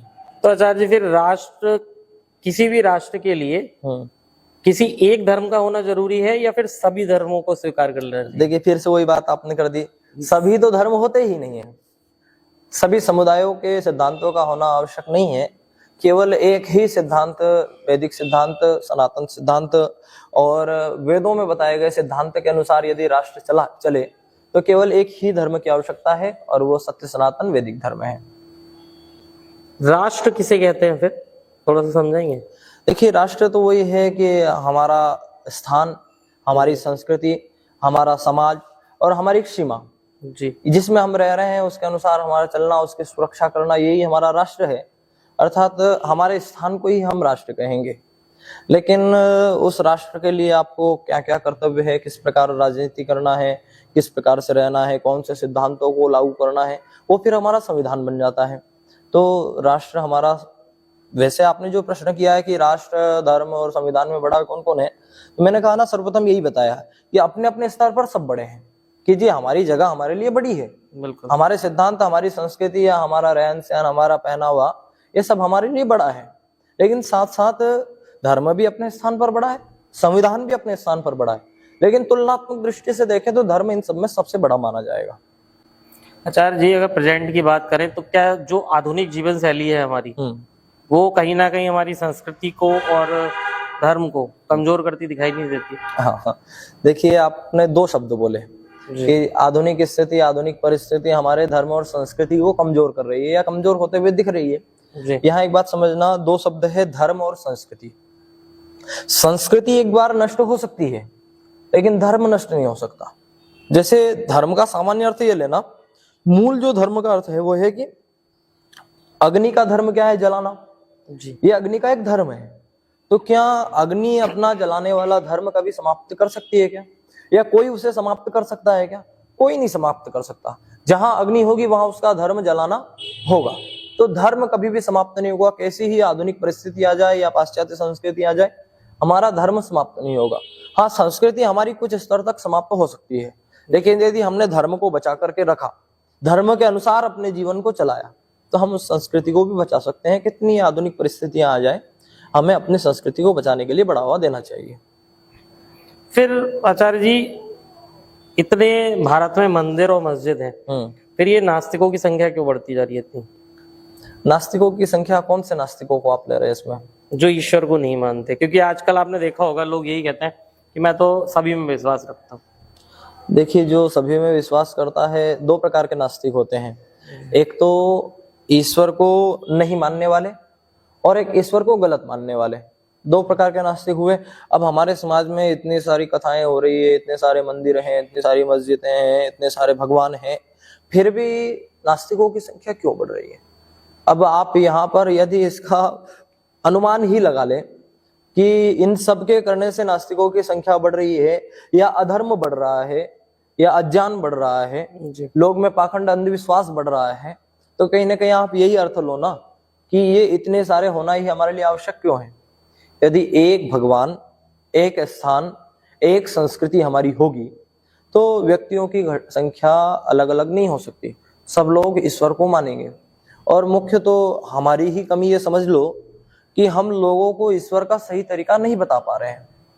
आर्य समाज तो बता रहा है, लेकिन जो हिंदू धर्म वाले हैं ये लोग अपने अपने स्तर से जब भगवान के परिभाषा बताएंगे कि जी ऐसा होता है, भगवान वैसा होता है, तो एक सामान्य अच्छी बुद्धि वाला व्यक्ति कहीं ना कहीं नास्तिक हो सकता है कि जी इन्होंने तो कहा था कि जी भगवान सबकी रक्षा करता है, और बात वही आ गई ऋषिवर देव दयानंद की जी कि जी भगवान तो सबकी रक्षा करता है, फिर भगवान के ऊपर ही ये चूहा चढ़ रहा है, तो फिर भगवान कैसे हो सकता है? तो जब व्यक्ति को गलत भगवान बताया जाएगा ना, गलत भगवान की उपासना करना बताया जाएगा, तो उसका सामान्यतः अर्थ है कि नास्तिक तो होगा ही सही। व्यक्ति को यदि जानने की जिज्ञासा नहीं होगी तो वो उस समय नास्तिक हो जाएगा। यदि ऋषि दयानंद के अंतरात्मा में वो जिज्ञासा नहीं होती, वो प्रश्न खड़ा नहीं होता कि सच्चा ईश्वर क्या है, कहाँ मिलेगा, तो उस समय एक नास्तिक व्यक्ति बन सकते थे कि जी सब लोग कहते हैं कि भगवान शंकर सबकी रक्षा करते हैं और वो अपने ऊपर चढ़े हुए चूहे को ही नहीं भगा सकते हैं, तो फिर कैसे रक्षा करेंगे, भगवान होता ही नहीं है। एक अर्थ ये ले सकते थे। तो सामान्यतः व्यक्ति यही अर्थ ले लेता है कि जी भगवान होता ही नहीं है, जब ये सब हो रहा है तो भगवान होता ही नहीं है। लेकिन यदि उसको सही अर्थ बताया जाए कि भगवान ये कार्य करता है, भगवान ऐसे ऐसे कार्य करता है, तो फिर वो सामान्यतः व्यक्ति नास्तिक नहीं आस्तिक होता चला जाएगा। इसमें अच्छा भगवान ऐसा भी तो कर सकता है ना, इतने जो व्यभिचार होते हैं, रेप होते हैं, सब चीजें हैं, यदि भगवान खुद ब खुद उनको रोक दे तो कहीं ना कहीं आस्तिकों की संख्या बढ़ जाएगी। नहीं, अब आस्तिकों की संख्या बढ़े या ना बढ़े, जी ईश्वर कभी भी अपने सिद्धांतों से समझौता नहीं कर सकता। और ईश्वर का सिद्धांत है कि उसने जीवात्मा को कर्म करने में स्वतंत्र बनाया है, और यदि ईश्वर रोक दे जी उस कर्म को करते हुए, जी तो कर्म को रोकना भी एक कर्म हुआ जी या कर्म को करना भी एक कर्म हुआ। तो रोकने का फल भी मिलेगा किसको, करने वाले को, और करा कौन रहा है, भगवान। तो फिर तो आत्मा का कोई महत्व ही बीच में नहीं रहा। आत्मा को कर्म करने में भगवान ने स्वतंत्र माना है। और कहीं ना कहीं देखिए भगवान तो रोकता है, जब व्यक्ति कुछ न कुछ गलत कर्म करने जाता है, भले बलात्कार हो, चोरी हो, अधर्म हो, असत्य हो, कुछ भी व्यक्ति ऐसे कार्य करने जाता है तो भगवान तो रोकता है। अनुभव होता है, उसको डर लगता है, उसके मन में ऐसा संकोच होता है कि ये नहीं करना चाहिए, उसकी आत्मा उसको बताती है और वो परम आत्मा उसको वो ज्ञान देती है, उसके अंतरात्मा में ये भावनाएं पैदा करती है। लेकिन भगवान स्पष्ट रूप से उसे रोक नहीं सकता, क्योंकि भगवान ने आत्माओं को कर्म करने में स्वतंत्र दिया है, जीवों को कर्म करने में स्वतंत्र दिया है। अच्छा आचार्य जी, मतलब कर्मों का फल मिलता है इसी उसमें मिलता है आपको। हाँ। यदि कर्मों की बात करें, एक बच्चा पैदा हुआ, एक्सपायर हो गया तुरंत, उसने तो कर्म ही नहीं किया। उसने कर्म नहीं किया, लेकिन एक बात का ध्यान रखना, यदि आप हमारे आर्य जगत में एक बहुत अच्छे विद्वान हैं स्वामी विवेकानंद जी, जो रोजड़ अपने लाकरोड़ा में भी आश्रम चलाते हैं जी। तो स्वामी विवेकानंद जी एक बात कहा करते हैं कि व्यक्ति को अपने कर्मों का फल अपने जन्म के समय और अपने बालक के जन्म के समय पूर्व जीवन के कर्म का फल मिलता है। अच्छा, उनकी बात समझिए, वो कह रहे हैं कि हमारे पिछले जीवन का कर्म हमारा जन्म लेते हुए और हमारे बालक के जन्म लेते हुए मिल रहा है। तो अब आपका प्रश्न का उत्तर यहाँ स्पष्ट मिल जाएगा कि भले ही उस बालक के कर्म नहीं है, लेकिन उसके माता पिता के कर्म तो आ रहे हैं ना, कि उसके माता पिता के यही कर्म थे कि हमारा बालक एक ही दिन जीवेगा, तो उसके वो माता पिता के कर्म हैं। और कुछ उस बालक के भी प्रारब्ध हैं कि वो मनुष्य जीवन में इतने ही समय के लिए आएगा जी। वो कोई कर्म नहीं करेगा, थोड़ा सा अपना जीवन भोग करके चला जाएगा। आचार्य जी, अभी मनुस्मृति की बात की आपने, महाराज मनु का नाम लिया। मनुस्मृति में महिलाओं को लेकर बड़ी वो रहती है कंट्रोवर्सी, इस पर आपका क्या विचार? हाँ देखिए, महिलाओं को लेकर कंट्रोवर्सी तो नहीं रहती है, जो बात सही है वो विशुद्ध मनुस्मृति में लिखी हुई है। और एक पंक्ति बड़ी ही प्रचलित मानी जाती है कि स्त्री स्वातंत्र में रहती है, कि स्त्री को स्वतंत्रता नहीं देनी चाहिए, न स्त्री स्वातंत्र में रहती है, कि स्त्रियों को रहन सहन की स्वतंत्रता नहीं देनी चाहिए। ये लाइन मनुस्मृति की? हाँ, मनुस्मृति की है। और मनुस्मृति में पूरा श्लोक जब आप देखोगे तो ये श्लोक कह रहा है कि पिता रक्षति कौमारे, कि जो पिता होता है ना, वो एक स्त्री का, एक बालक का बचपन में, बाल्यकाल में उसकी रक्षा करता है, उसका वो कर्तव्य है। दूसरी पंक्ति कही गई कि भर्ता रक्षति यौवने, कि जवानी में उसका जो पति होता है वो उसकी रक्षा करेगा। और तीसरा रक्षन्ति स्वस्थ पुत्रा, जब वृद्ध हो जाएगी तो उस स्त्री की रक्षा उसके पुत्र करेंगे। तो हर काल में, हर परिस्थिति में उसकी रक्षा करने के लिए कोई ना कोई व्यक्ति को बताया गया कि वो व्यक्ति उसकी रक्षा करेगा। इसलिए ही कहा गया कि न स्त्री स्वतंत्र में रहती, कि उसको स्वतंत्र नहीं रहना चाहिए, उसकी रक्षा करने के लिए सब लोग तैयार हैं। लेकिन आजकल की स्थिति देखा जाए कि स्त्रियों ने अपनी स्वतंत्रता को माना कि जी हम स्वतंत्र हैं, हम ये कर सकते हैं, हम वो कर सकते हैं। और इसका सामान्यतः प्रभाव आप स्पष्ट रूप से समाज में देख सकते हैं कि इस समय बालिकाओं की कैसे स्थिति बन गई है, कैसे कैसे संस्कार, कुसंस्कार इनमें आने लग गए हैं। और ये कहीं ना कहीं हमारे शास्त्रों को न जानने की ही कमी है, कि जहाँ कहा गया था कि हम स्त्रियों को स्वतंत्र न छोड़ें, बाल्यकाल में उसका पिता उसकी रक्षा करे, जवानी में उसका पति उसकी रक्षा करे और बुढ़ापे में उसके पुत्र उसकी रक्षा करे। हमने उनको स्वतंत्र छोड़ दिया, स्त्रियों ने अपने आप को स्वतंत्र मान लिया। आज इतने कुसंस्कारित स्त्रियां हो चुकी है। हाँ, मैं उन अच्छी स्त्रियों की बात नहीं करूंगा, लेकिन जो अधिकतर शहरों में स्त्रियां देखी जाती है, कैसी परिस्थिति आज समाज में बन गई है। एक सामान्यतः यदि हंसी मनोरंजन की बात ली जाए तो कहा जाता है कि पहले एक बालिका के मन में बहुत संकोच रहता था कि मुझे पता नहीं कैसा पति मिल जाएगा, मेरा जीवन कैसा चलेगा। लेकिन आज के समय में एक पुरुष के मन में भावना बनी हुई होती है कि पता नहीं कैसी स्त्री, कैसी बालिका मुझे मिलेगी, मेरे घर को संभालने वाली होगी कि उजाड़ने वाली होगी। तो ये परिस्थिति किस लिए बनी? इन्होंने अपने आप को स्वतंत्र माना कि जी हम ये करेंगे, हम छोटे कपड़े पहनेंगे, हम ऐसे ऐसे कार्यों को करेंगे। तो पहले हमारे शास्त्रों को जानना और उसके अनुसार अपने जीवन को चलाना होगा। आचार्य जी, स्त्रियों की बात की, स्त्रियों में रजस्वला स्त्री जो होती है हाँ। ड्यूरिंग पीरियड, उसमें जो है मतलब कई तरह तरह की बातें सुनने में आती है कि पूजा नहीं करनी। मेन मेरा जो रीजन है इसको पूछने का वो यही है कि लोगों को में ये मन में है कि पूजा नहीं करते उस टाइम में। इस पर मतलब शास्त्रों में क्या कैसा है? हाँ, देखिए, शास्त्रों की बात मैं कहूँ, ये तो एक वैज्ञानिक व्यवस्था है और इसको मानना भी चाहिए कि पूजा नहीं करना चाहिए। अब वो किस लिए नहीं करना चाहिए? जब आप ऋषि दयानंद के ग्रंथों को पढ़ोगे तो उन्होंने लिखा कि रजस्वला के 4 दिन तक के समय में एकांत में स्त्री रहे, पर पुरुष का दर्शन न करे, कोई कार्य आदि नहीं करे, जल ठंडे जल या गर्म जल को न छुए। वो इसलिए बात कही गई कि जब इनके अंदर रजस्वला होती है तो इनकी ऊष्मा अधिक बढ़ जाती है, इनके अंदर की जो अग्नि होती है वो अधिक बढ़ जाती है।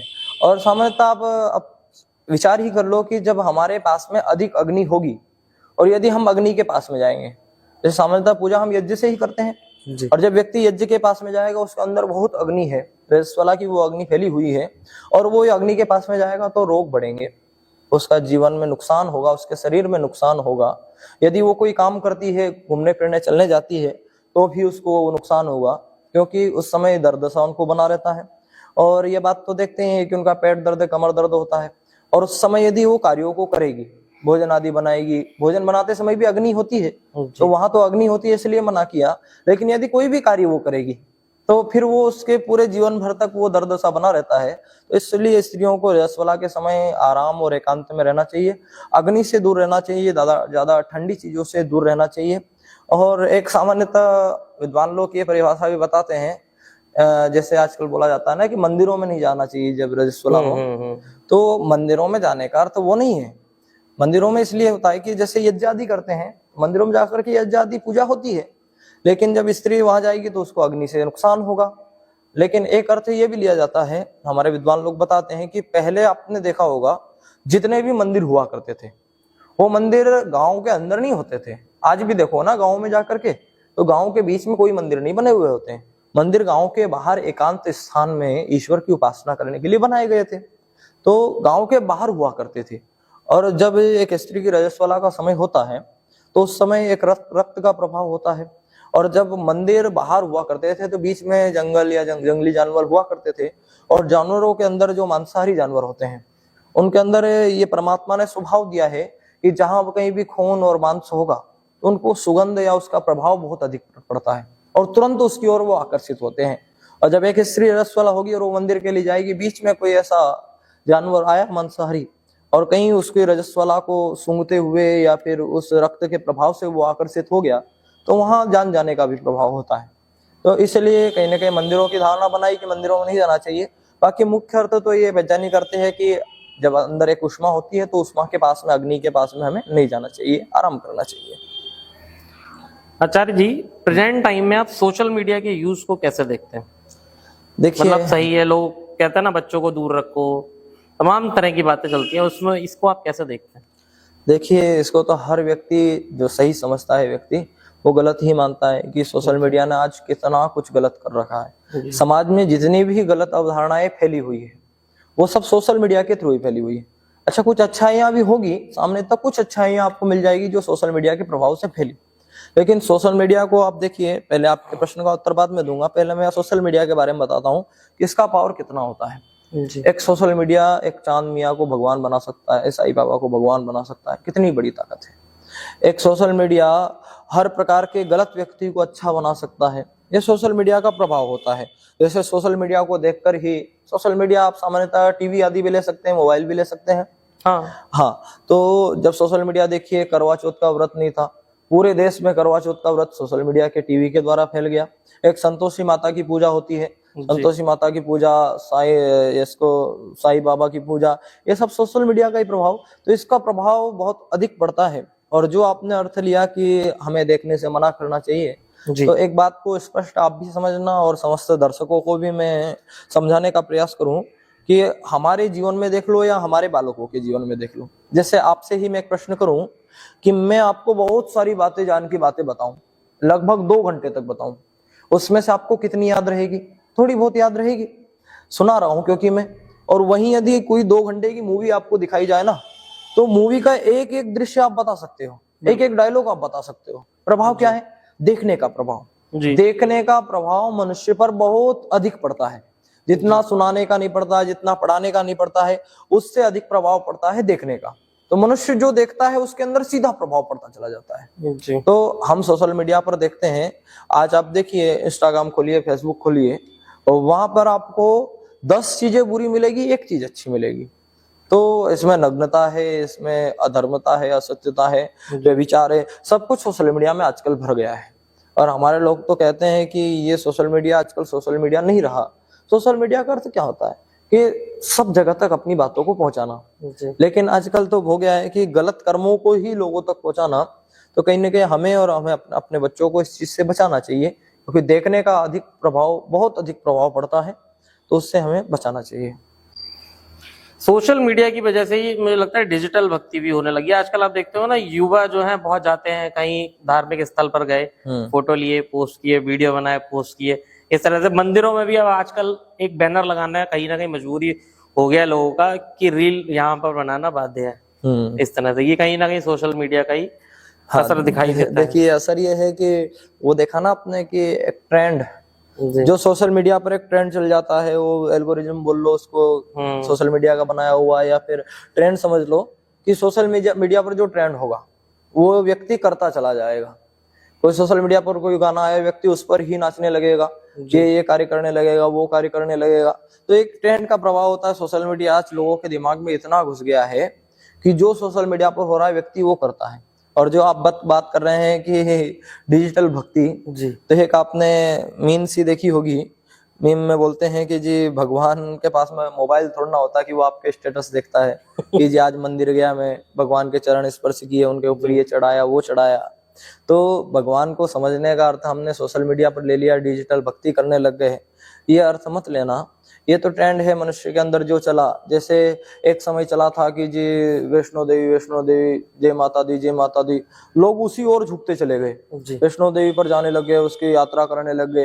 फिर एक ट्रेंड चला सोशल मीडिया के, जी अमरनाथ की यात्रा, भगवान शंकर को पूजेंगे, ये करेंगे, वो करेंगे। अनेकों लोगों ने अमरनाथ जाकर के यात्राएं की, भगवान शिव के दर्शन किए, बोले हमने ये किया, वो किया। फिर ट्रेंड चला, अभी कुछ समय पहले खाटू श्याम का ट्रेंड चला था। खाटू श्याम के, हाँ, इतना लोग खाटू श्याम की ओर झुकते चले गए। अभी मैंने देखा एक वीडियो में कि अभी जो मेला हुआ, माघ का मेला जो माना जाता है, उस समय खाटू श्याम के वहां जो पंडाल बना हुआ था, जहां ट्रेंड के समय में लाखों करोड़ों भक्त वहां आए थे। अब वो ट्रेंड समाप्त हो गया, तो इस बार वहां पर जनता देखने को नहीं मिली। इतनी प्रशासन ने करोड़ों की व्यवस्था करी और कुछ भी देखने को नहीं मिला। तो लोगों के मन में ये कि अब एक नया ट्रेंड आएगा, और देखना कुछ दिनों बाद एक नया भगवान उभर करके आएगा और वो ट्रेंड चलेगा, चलो चलो वहां चलो, भगवान की भक्ति करेंगे, ये करेंगे, वो करेंगे। तो इस समय सोशल मीडिया के पास में बहुत अधिक प्रभाव, मतलब शक्ति है कि वो जो चाहे वो करवा सकता है लोगों से। तो क्यों ना हम भी एक प्रभाव डालें कि अपने आर्य लोग हैं, अपने सिद्धांतों को जानने मानने वाले विद्वान लोग हैं, ये ट्रेंड चलाएं एक सच्ची भक्ति का, एक सच्चे उपदेश का, एक सच्चे गुरु का, सच्चे ज्ञान का, वेदों का, दर्शनों का, उपनिषदों का। तो कहीं ना कहीं ये ट्रेंड लोगों के दिमाग में चलना चाहिए। ये सामान्यतः अंधविश्वास का, पाखंड का ट्रेंड नहीं चलना चाहिए। प्रेजेंट टाइम में सोशल मीडिया का वर्क आर्य समाज का कैसे देखते हैं आप?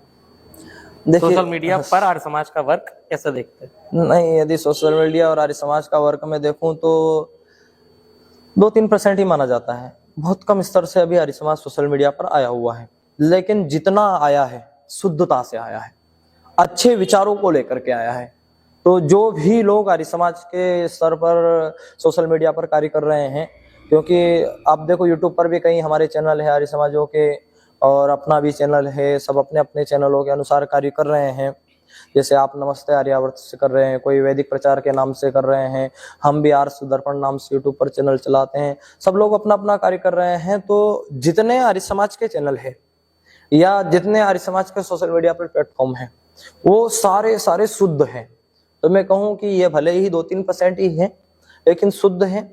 तो हमें और बढ़ावा इनको देना चाहिए और आगे करना चाहिए कार्य, क्योंकि आजकल व्यक्ति उठता है मोबाइल देखता है, कोई कार्य करता है मोबाइल देखता है, और उसको लंच का टाइम मिला ऑफिस के समय में, उसमें मोबाइल देखेगा, बाथरूम करने जा रहा है मोबाइल उठा करके चल देगा। तो हर जगह वो मोबाइल से जुड़ा हुआ है। तो क्यों ना हम ऐसा करें कि हम भी मोबाइल से जुड़ करके लोगों को अच्छा ज्ञान देने का प्रयास करें।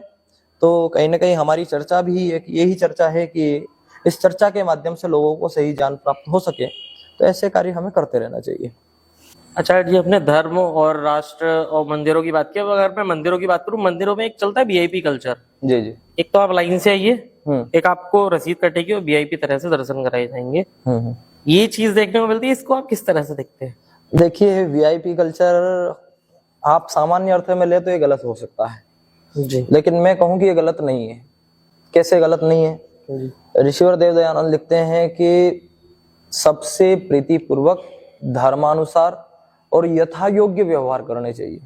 अब यहाँ पर यदि यथा योग्य व्यवहार आप लो ना, तो यथा योग्य व्यवहार क्या होगा कि जो व्यक्ति जितना बड़ा है उसको वैसी सुविधा देना, जो व्यक्ति जान में बड़ा है उसको जान के अनुसार सुविधा देना, जो व्यक्ति पैसों में बड़ा है उसको पैसों के अनुसार सुविधा देना।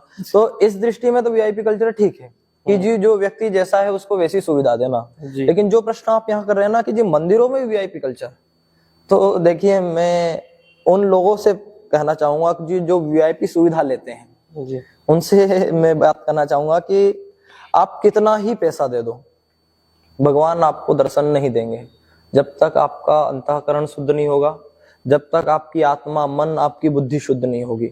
तो पैसा देकर के ईश्वर के दर्शन करने से आपको ईश्वर के दर्शन नहीं हो सकते। आपको अपने आप को सुधारना होगा, उस ईश्वर को जानना और मानना होगा, तो तब आप ईश्वर को जान सकते हैं।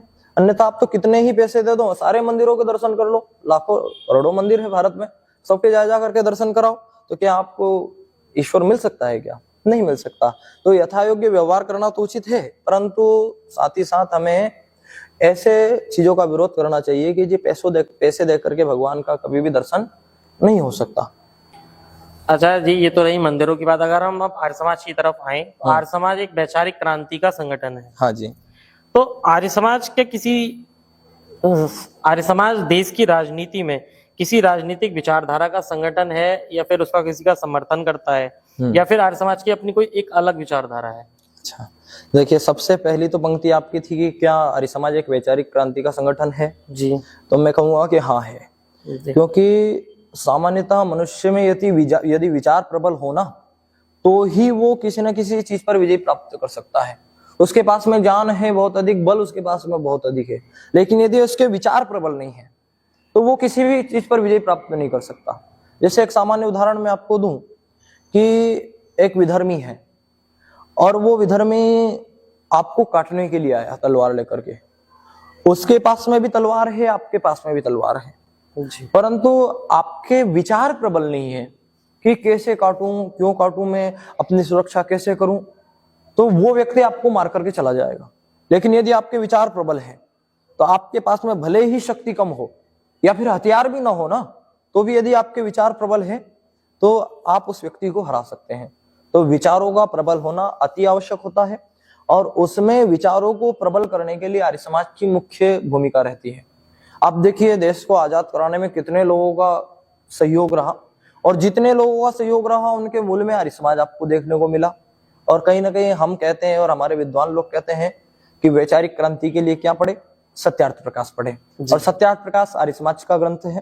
तो सत्यार्थ प्रकाश जैसी विचारधारा यदि लोगों में होगी, तो इसीलिए सत्यार्थ प्रकाश की विचारधाराओं को लेकर के ही आर्य समाज वैचारिक क्रांति का संगठन बना।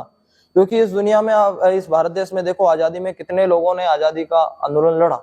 यदि इनके विचार प्रबल नहीं होते तो क्या ये आजादी के आंदोलन में अपना सहयोग प्रदान करते? चंद्रशेखर आजाद, भगत सिंह, लाला लाजपत राय, स्वामी श्रद्धानंद, कई सारे योद्धा हुए, कई सारे वीर पुरुष हुए जिन्होंने आजादी के आंदोलन में सहयोग कार्य किया, परंतु उनका विचार प्रबल कहाँ से हुआ? उनका विचार प्रबल सत्यार्थ प्रकाश से आर्य समाज से हुआ। सबके मूल में आर्य समाज है, तो इसीलिए आर्य समाज को वैचारिक क्रांति का संगठन माना जाता है। और दूसरा प्रश्न आपने किया कि क्या आर्य समाज कोई राजनीतिक विचारधारा का समर्थन करता है? जी, प्रेजेंट टाइम में हाँ, प्रेजेंट टाइम में जैसे अलग अलग पार्टियां हैं, कांग्रेस है, भाजपा है, समाजवादी है, कम्युनिस्ट है, किसी को भी आप ले लो।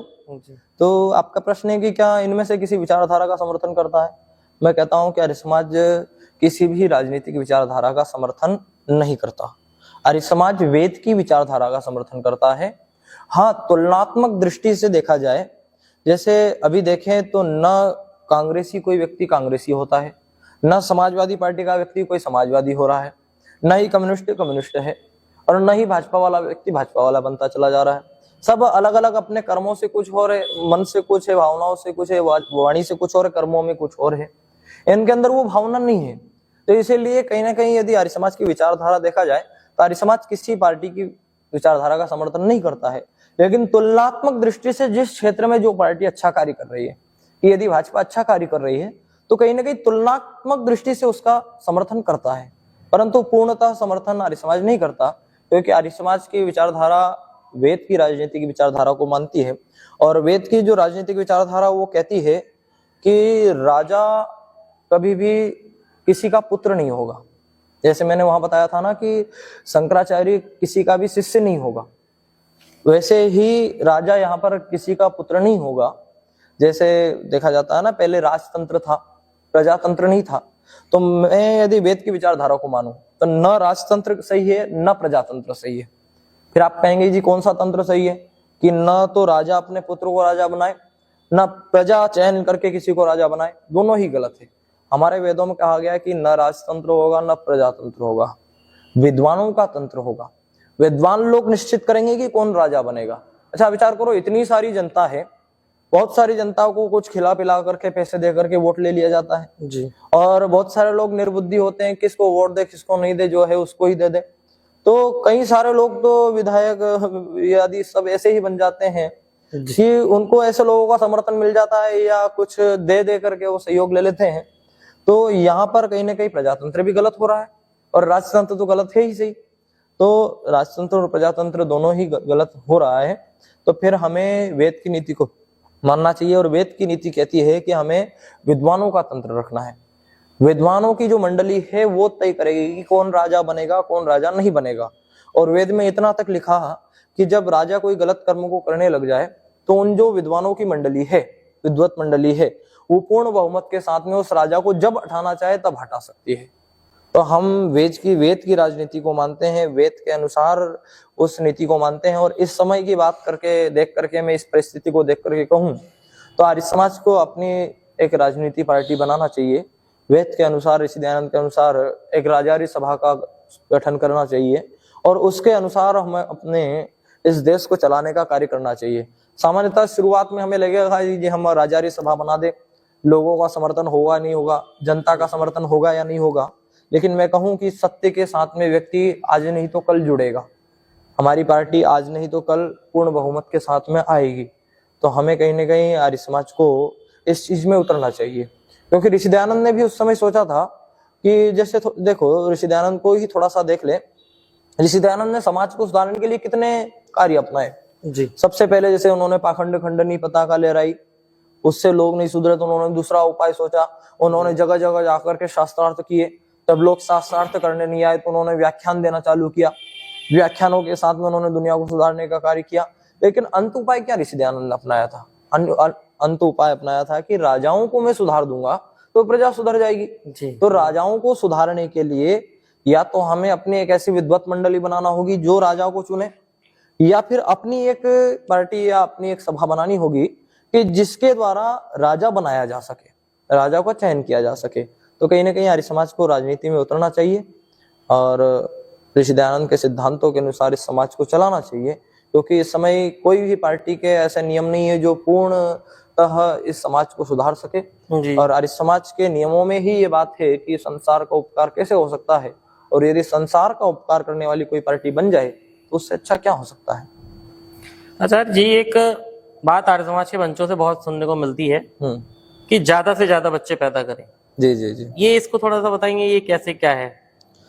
हाँ ज्यादा बच्चे, अगर हम प्रेजेंट टाइम की बात करें, उनका रहन सहन, तमाम खर्चे, इन सबको देखते हुए ना, तो कहीं ना कहीं उस चीज से पीछे हटते हैं। तो ये कैसे करके समझाएंगे इसको थोड़ा? देखिए, प्रश्न तो आपका सही है कि ज्यादा संख्या पैदा करे या नहीं करे ज्यादा बच्चे, ये आर्य समाज के मंचों पर बहुत सुनने में बहुत मिलता सुनने में आता है। और विद्वान लोग कहते भी हैं कि जी 10 पैदा करो, 5 पैदा करो, बिल्कुल। आप 2 में ही रह गए हो, 1 में ही रह गए हो, या बच्चे ही पैदा नहीं कर रहे हो। अच्छा, यदि मैं अपने विचारों से यहाँ पर बात को रखूं, तो मैं ये कहूंगा कि जी ज्यादा बच्चा पैदा करना कोई लॉजिक नहीं है।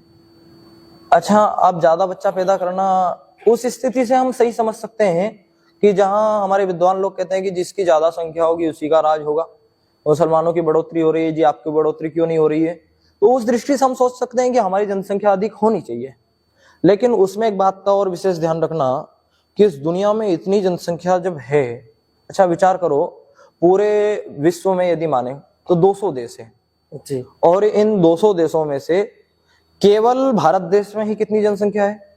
पूरे 200 देशों में 800 करोड़ 850 करोड़ जनसंख्या मानी जाती है, और उनमें से केवल भारत देश में 140 करोड़ जनसंख्या है। बिल्कुल।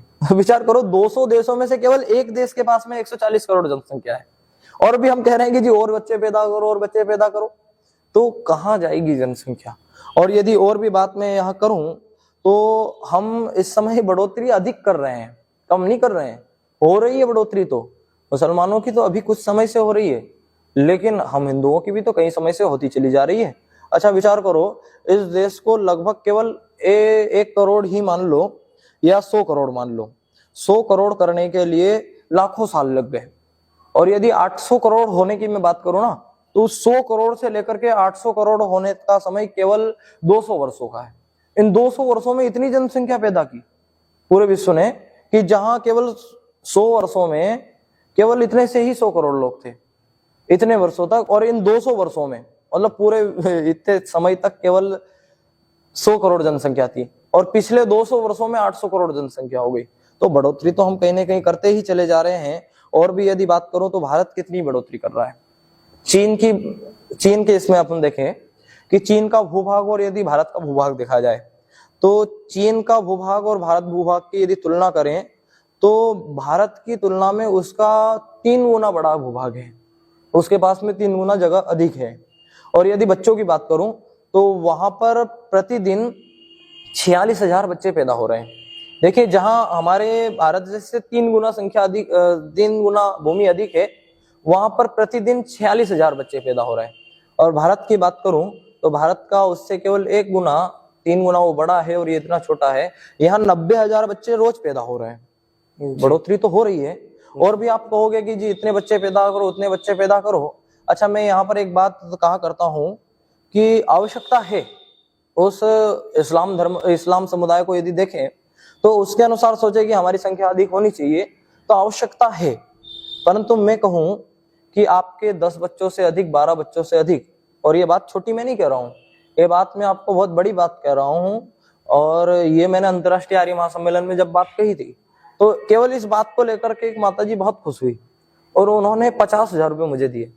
तो समझिए कि ये बात 50,000 की है, इतनी बड़ी बात है। बात यह है कि आप कितने ही बच्चे पैदा कर लो, लेकिन 10 करो, 4 करो, 15 करो, लेकिन उनमें इतने ना करके एक बच्चा यदि पैदा कर लिया ना और उसको ऋषि दयानंद बना दिया, तो वो उन 10, 12, 15 के भी समान है। हमें 1 करो भले, लेकिन अच्छा करो। लेकिन मैं उन लोगों से कहना चाहूंगा कि जो इस समय केवल 1 ही बच्चा पैदा कर रहे हैं, कि यदि आप 1 पैदा कर रहे हो ना, तो आपको ऋषि दयानंद, स्वामी श्रद्धानंद ऐसे बच्चे पैदा करना होगा। और यदि 1 ऐसा नहीं कर पा रहे, तो फिर आप करो, अधिक जनसंख्या बढ़ाओ, क्या कमी है। लेकिन एक बात का और विशेष ध्यान रखना मेरी, कि आज जनसंख्या जो इतनी बढ़ती चली जा रही है ना, हमारे इतने बच्चे पैदा हो रहे हैं, यदि हमने 10-12 बच्चे पैदा कर दिए, अब उन 10-12 बच्चों को हमने यदि अच्छे संस्कार नहीं दिए, तो क्या मतलब कि हमारे लिए अच्छे संस्कार देना भी तो आवश्यक है। यदि हम 1 भी पैदा कर रहे हैं, उसको अच्छे संस्कार दे रहे हैं, तो वो अनेकों के समान है। लेकिन यदि 10-12 पैदा कर रहे हैं, हम इस बात में आ रहे हैं कि जी उनकी संख्या बढ़ रही है, हम अपनी संख्या बढ़ाएं, 10-12 पैदा किए, और वो ऐसे ही बड़े होकर के इंस्टाग्राम पर नाच रहे हैं, गलत अभद्र बातें कर रहे हैं, बलात्कार जैसे कार्य कर रहे हैं, या कुदृष्टि से लोगों को देख रहे हैं, तो फिर क्या इतने बच्चे पैदा करने से फायदा। जैसे अभी अलग अलग ट्रेंड चलता है, लोग उसमें इंस्टाग्राम में अपने अपने ट्रेंड को चलाने लग जाते हैं। कुछ दिनों पूर्व एक ट्रेंड चला था, तो एक कवि ने बहुत अच्छे शब्द कहे थे कि हमारे बच्चे पहले थोड़े हुआ करते थे लेकिन कितने अच्छे हुआ करते थे, लेकिन आज हमारे इतने सारे बच्चे हैं और सारे बच्चे ऐसे हैं। तो बोले कैसे हैं? तो वहां वो शब्द कहते हैं कि जिस देश का युवा सिंह के दांत गिना करता था, जिस देश का युवा सिंह के दांत गिना करता था, हल्दी घाटी में मुगलों के जबड़े चीर दिया करता था, और जिस देश में घास की रोटी स्वयं में गर्वित है, और जिस देश में फांसी के फंदे पर आज भी भगत सिंह जीवित है, और उस देश का युवा, उस देश का बच्चा और उस देश का नेता भी उस बॉलीवुड जैसे स्तर से जुड़ रहा है, उस बॉलीवुड जैसे स्तर में जूझ रहा है, और नेता से लेकर के हर एक बच्चा, अभी पिछले ट्रेंड में नेता से लेकर के हर एक बच्चा केवल चड्डी का रंग पूछ रहा है। बोले बच्चे यदि ऐसे काम करते रहेंगे तो क्या बच्चे इतने बच्चे पैदा करने से, मैं कहूं कि यदि आप ज्यादा कर रहे हो करो, लेकिन उनको अच्छे संस्कार देना, और यदि एक पैदा कर रहे हो तो ऋषिवर देव दयानंद पैदा करना, आपका एक बच्चा भी 96 बच्चों के बराबर है। मेरा ऋषिवर कहता है एक अखंड ब्रह्मचारी 96 लोगों को पछाड़ सकता है। तो यदि आप एक अखंड ब्रह्मचारी पैदा कर रहे हैं तो आप 96 बच्चे पैदा कर रहे हैं। आपने बोला बच्चे जो पैदा करें वो स्वामी श्रद्धानंद, दयानंद ऐसे पैदा करें, तो क्या व्यक्ति के जीवन पर उसके नाम का भी प्रभाव पड़ता है कुछ? हाँ, देखिए एक स्तर से लिया जाए तो नाम का प्रभाव बहुत अधिक पड़ता है। कैसे? जैसे मैं कहूं कि यदि व्यक्ति का नाम अच्छा हुआ है और व्यक्ति नाम को जानने वाला है जी, तो उसका प्रभाव ऐसे पड़ेगा।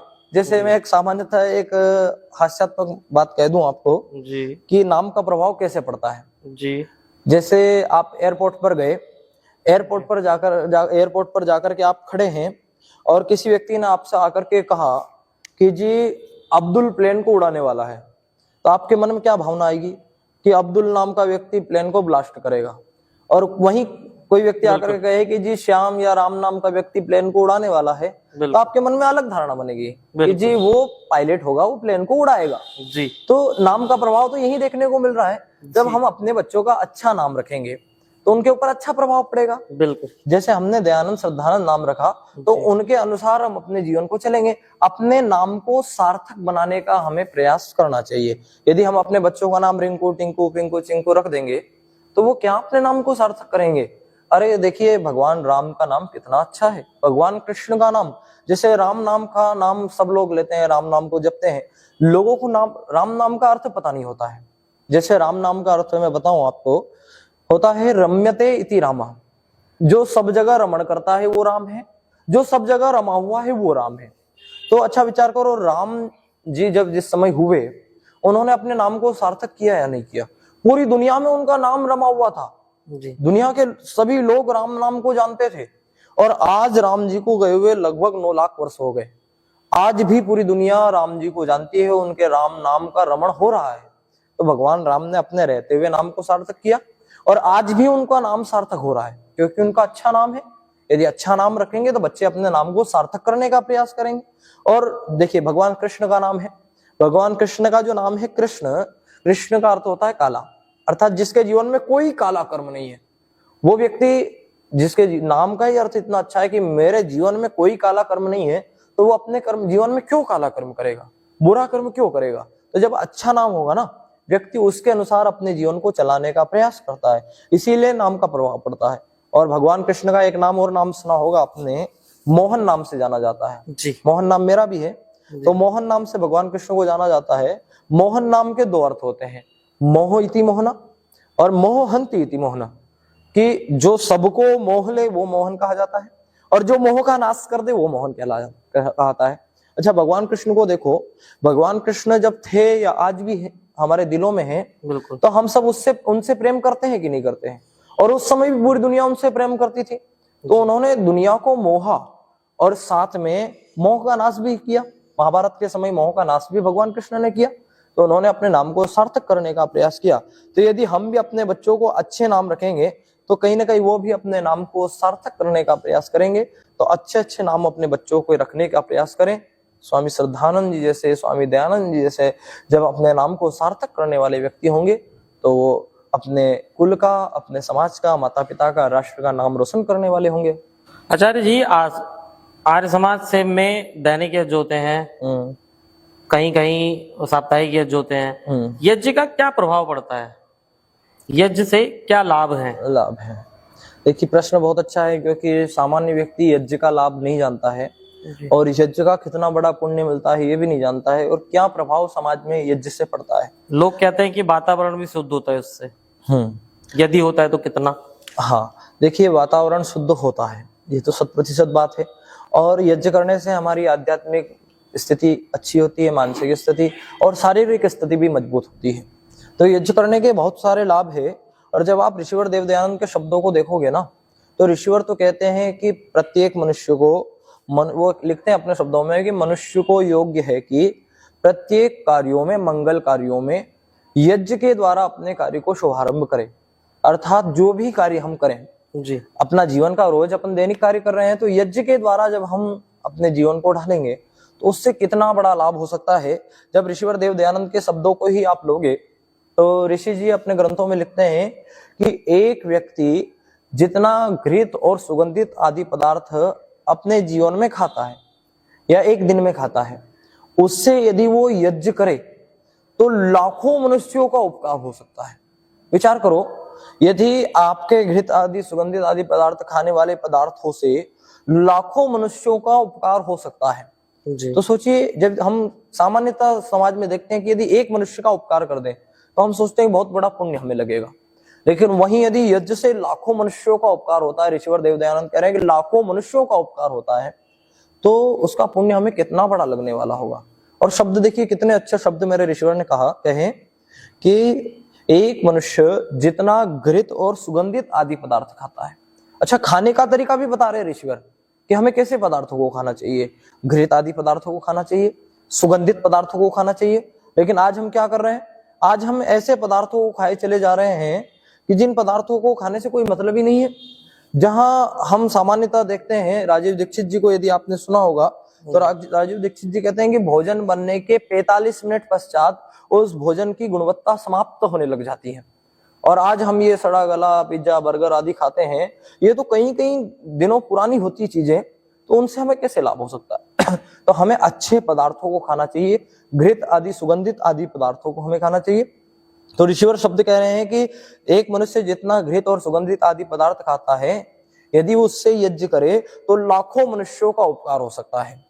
अंकित जी, यदि आप यहाँ पर इस शब्द को ले ले कि लाखों मनुष्यों का उपकार हो सकता है, ऋषिवर देवदयानंद ने जब ये बातें कही थी तब के यदि हम जनसंख्या देखें तो स्वामी श्रद्धानंद जी के ग्रंथों में देखने को मिलेगा कि लगभग 25 से 30 करोड़ या 35 करोड़ मान लो कि लगभग 30 से 35 करोड़ जनसंख्या उस समय थी भारत देश में। लगभग 30 से 35 करोड़ जनसंख्या पूरे भारत देश में थी, और उस समय ऋषिवर देवदयानंद कह रहे हैं कि लाखों मनुष्यों का उपकार यज्ञ करने से होता है। आज विचार करिए, आज 30-35 करोड़ से लेकर के कितनी जनसंख्या भारत में होगी, 140 करोड़ जनसंख्या मानी जाती है। बिल्कुल। तो इस समय तो यदि मैं ऋषि दयानंद के उस शब्द को कहूं कि लाखों मनुष्यों का उपकार नहीं होता है, यज्ञ करने से करोड़ों मनुष्यों का उपकार हो सकता है। तो यदि आप चाहते हैं कि आप करोड़ों मनुष्यों का उपकार करें तो आपको यज्ञ करना होगा। और विचार करिए, आपके एक यज्ञ करने से करोड़ों मनुष्यों का उपकार हो सकता है, तो कितना बड़ा फल हमें मिलेगा। और विचार करो, जहां हम एक घर में बैठे, अपने घर में बैठ करके एक कोने में बिना माइक बिना लाउड स्पीकर के बैठ करके यज्ञ कर रहे हैं, अपनी 16 आहुति प्रदान कर रहे हैं, उनसे लाखों करोड़ों मनुष्यों का उपकार हो सकता है, तो कितना बड़ा पुण्य हमें लगेगा। और जब आप कह रहे हैं कि वातावरण शुद्ध होता है, वातावरण 100% शुद्ध होता है। हमारे वैज्ञानिक लोगों ने जब दूरदृष्टि डाल करके ये विचार किया कि आगे आने वाले समय में इस वातावरण का प्रभाव कैसा होगा, तो वो लिखते हैं वैज्ञानिक लोग अपने रिसर्च में कि आगे आने वाला समय ऐसा होगा जहां मनुष्य छोटी उम्र में मर जाएगा। किसके कारण? वातावरण के कारण। छोटी उम्र में मर जाएगा, उसको अशुद्ध जल मिलेगा, अशुद्ध खान पान मिलेगा। इस दुनिया में ऐसी बीमारियां, कोरोना जैसी अनेकों बीमारियां इस दुनिया में आएंगी जिससे मनुष्य के जीवन पर ऐसा प्रभाव पड़ेगा कि व्यक्ति कहेगा कि मुझे मार दो, मैं इस दुनिया में रहना नहीं चाहता। बोले ऐसी परिस्थिति बन सकती है। और बोले यदि इसको सुधारना चाहते हो तो आपको यज्ञ करना होगा। यदि व्यक्ति यज्ञ करेगा तो ही पर्यावरण शुद्ध हो सकता है। उस ऐसी भयानक परिस्थिति से यदि हम बचना चाहते हैं तो हमें यज्ञ को करना होगा। और विचार करो इस यज्ञ से हम पर्यावरण को शुद्ध कर रहे हैं, तो कहां तक शुद्ध करेंगे कि पूरी दुनिया अशुद्ध करने में लगी हुई है। 800-850 करोड़ लोग इस दुनिया में माने जाते हैं, और हमारे विद्वान लोग कहते हैं कि आर्य समाज को मानने वाले लोग, जानने और मानने वाले लोग थोड़े स्तर में भी यदि मानते हैं तो लगभग 3 करोड़ लोग ऐसे हैं जो आर्य समाज से प्रभावित हैं। अब उन 3 करोड़ में भी सारे करोड़ों लोग, 3 करोड़ लोग यज्ञ नहीं करते हैं। कुछ लोग होते हैं, लाखों, 50 लाख होंगे या 100 लाख होंगे, 1 करोड़ मान लो। 1 करोड़ तो होंगे ही नहीं, मेरे हिसाब से तो 50-1 लाख होंगे जो लोग कि जो दैनिक अग्निहोत्र कर रहे होंगे, या आर्य समाजों में अग्निहोत्र हो रहा है। अच्छा विचार करो, 850 करोड़ लोगों में केवल 50-1 लाख लोग यज्ञ करने वाले होंगे, और बाकी बचे हुए 750 करोड़ लोग या फिर 7 करोड़ लोग यज्ञ नहीं करने वाले होंगे। तो हमारे पर्यावरण की शुद्धि कैसे होगी? हमें दैनिक अग्निहोत्री करना होगा, और प्रत्येक व्यक्ति को दैनिक अग्निहोत्री बनना होगा, और जब वो बनेगा तो पर्यावरण शुद्ध हो सकता है, कहीं हम उस भयानक परिस्थिति से बच सकते हैं। तो यज्ञ करने का तो बहुत बड़ा लाभ है, अनेकों लाभ मैं गिना सकता हूं, लेकिन सामान्यतः यही लाभ ले कि करोड़ों मनुष्यों का उपकार यज्ञ करने से हो सकता है। और विचार करिए, ऋषिवर देवदयानंद लिख रहे हैं कि घृत आदि सुगंधित आदि पदार्थों से हमें यज्ञ करना चाहिए। अच्छा, आपसे एक प्रश्न करूं कि आपके पास में, जैसे वो बात कर रहे हैं ना कि घृत आदि सुगंधित पदार्थों को यज्ञ करना चाहिए जी। अब मैं आपसे प्रश्न करूं कि आपके पास में केवल 500 रुपए हैं जी, और आप 4 लोग हैं जी, तो आप वहां पर उस 500 रुपए से भोजन करेंगे या यज्ञ करेंगे? व्यक्ति सामान्यतः पहले भोजन की तरफ भोजन करेगा, पहले पेट पूजा करेगा, फिर बाकी लोगों का देखेगा कि यज्ञ करना चाहिए या नहीं करना चाहिए। लेकिन अंकित जी, मैं ये बात कहूं कि यदि उस 500 रुपए से या आप यज्ञ करेंगे ना, तो भगवान आपको भूखा नहीं रखेगा। ऋषिवर देवदयानंद ने जहां लिखा कि घृत आदि सुगंधित पदार्थों से यज्ञ करना चाहिए, लेकिन उन्होंने लिखा कि उन घृत आदि सुगंधित आदि पदार्थों को खाना भी चाहिए, लेकिन उनसे यज्ञ करना, अग्निहोत्र करना अति आवश्यक है। मेरा ऋषिवर कह रहा है कि खाना नहीं चाहिए, उससे यज्ञ करना अति आवश्यक है। खाना भी चाहिए, परंतु यज्ञ करना अति आवश्यक हो जाता है। तो यज्ञ का महत्व इतना ही है कि हम जो पदार्थ खा रहे हैं उनसे यज्ञ भी करें, उससे लाखों करोड़ों मनुष्यों का उपकार हो सकता है। और आज तक दुनिया में ऐसा कोई व्यक्ति नहीं है कि जो यज्ञ कर रहा है और भगवान ने उसे भूखा रखा। तो भगवान तो सब कुछ देता है, केवल उसके चरणों में हमें जाना होगा, उसकी आराधना, उसकी उपासना, यज्ञ आदि कर्मों से हमें करना होगा। और एक छोटा सा वाक्य बोल करके और मैं इस प्रश्न को विराम दूं कि ईश्वर के पास में जब हम रहेंगे, ईश्वर का ध्यान करेंगे और यज्ञ आदि कर्मों से ईश्वर की उपासना करेंगे, तो हमें क्या प्राप्त होता है? वो कहते हैं, यजुर्वेद का भाष्य करते हुए ऋषिवर देवदयानंद लिख रहे हैं कि संधि वेलायाम शयन आलस्य आदिकम विहाय ईश्वरस्य ध्यानम कुर्वन्ति ते अतुलाम श्रियम प्राप्नुवन्ति। जो व्यक्ति संधि वेला में शयन आदि आलस्य को छोड़ करके ईश्वर का ध्यान, ईश्वर की उपासना, यज्ञ आदि कर्मों से करता है, वो अतुलनीय धनेश्वरी को प्राप्त करता है। तो यदि हम चाहते हैं कि हमारे जीवन में बहुत धनेश्वरी हो, तो हमें ईश्वर की उपासना, यज्ञ आदि कर्मों से ईश्वर का ध्यान करना होगा। यज्ञ की बात हुई, यज्ञ में बहुत सुनने में आता है कि यज्ञ से वर्षा हो जाती थी पहले। हाँ, क्या वर्तमान में संभव है? हाँ, संभव है। और मैंने भी कई सारे वृष्टि यज्ञ कराए, और हमने तो ऐसे वृष्टि यज्ञ कराए हैं जहां पर हम वृष्टि यज्ञ कर रहे हैं, और जैसे 7 दिन का वृष्टि यज्ञ रखा तो हमारे 6 दिन पूरे हुए, 7वें दिन वृष्टि बहुत अधिक होती है। और जहां कई कई दिनों से वृष्टि नहीं हो रही है, आज भी जब आप गुजरात में जाकर के देखोगे तो अनेकों लोग वृष्टि यज्ञ, बड़े बड़े महावृष्टि यज्ञ करते हैं, और उनका वृष्टि यज्ञ करने से वृष्टि होती है। तो सही शुद्ध वातावरण के अनुसार ऋतु को देख करके सामग्री प्रदान करना और उसके अनुसार यज्ञ करना, ईश्वर से प्रार्थना करना तो पूरी होती है। आचार्य जी, आप गुरुकुल से पढ़े हुए हैं, गुरुकुल के बच्चे ने ही मेरे से पूछा कि अष्टाध्यायी क्या होती है। अष्टाध्यायी क्या होती है? गुरुकुल में मुख्य रूप से अष्टाध्यायी बच्चा जो है वो पढ़ भी लेता है, समझ भी लेता है, लेकिन उस अष्टाध्यायी का वो उसको पढ़ता है, रटता है बिना मन से। उस अष्टाध्यायी का व्यक्ति के जीवन पर क्या प्रभाव पड़ता है और समाज के लिए कैसे उपयोगी है अष्टाध्यायी? अब मेरी बात याद रखिए, अष्टाध्यायी हमने भी पढ़ी और आज भी हम अपने बच्चों को पढ़ाते हैं गुरुकुलों में। तो अष्टाध्यायी पढ़ने का लाभ और उसका हमारे जीवन में महत्व बहुत बड़ा होता है। एक बात आप समझिए कि अपने भावों को व्यक्त करने के लिए, अभिव्यक्त करने के लिए भाषा का प्रयोग करते हैं हम। और वो भाषा कहाँ से सीखने को मिलती है? हमें व्याकरण से, ग्रामर से सीखने को मिलती है। सोचिए कोई सी भी भाषा हम जो सीख रहे हैं ग्रामर से ही तो सीख रहे हैं। जैसे अंग्रेजी, हम जब तक इंग्लिश ग्रामर नहीं पढ़ेंगे अंग्रेजी बोलना नहीं सीख सकते। ऐसे ही संस्कृत ग्रामर और जो भाषा है वो संस्कृत से बनी हुई है, संस्कृत की शुद्ध भाषा है। तो अपने भावों को व्यक्त करने के लिए भाषा बोली जाती है, और उस भाषा को शुद्ध रूप से जानना है तो हमें अष्टाध्यायी को पढ़ना होगा। ये सबसे बड़ा विशेष महत्व अष्टाध्यायी का है।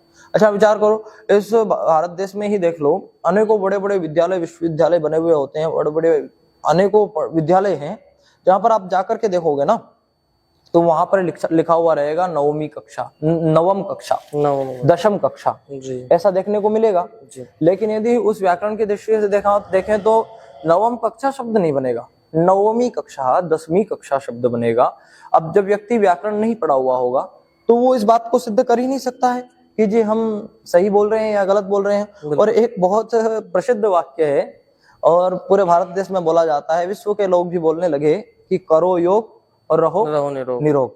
अच्छा, इस शब्द को आप कैसे बोल रहे हैं? करो योग, रहो निरोग। अच्छा, अब यहाँ पर यदि यही शब्द लिखा जाए तो निरोग शब्द आप कैसे लिखेंगे?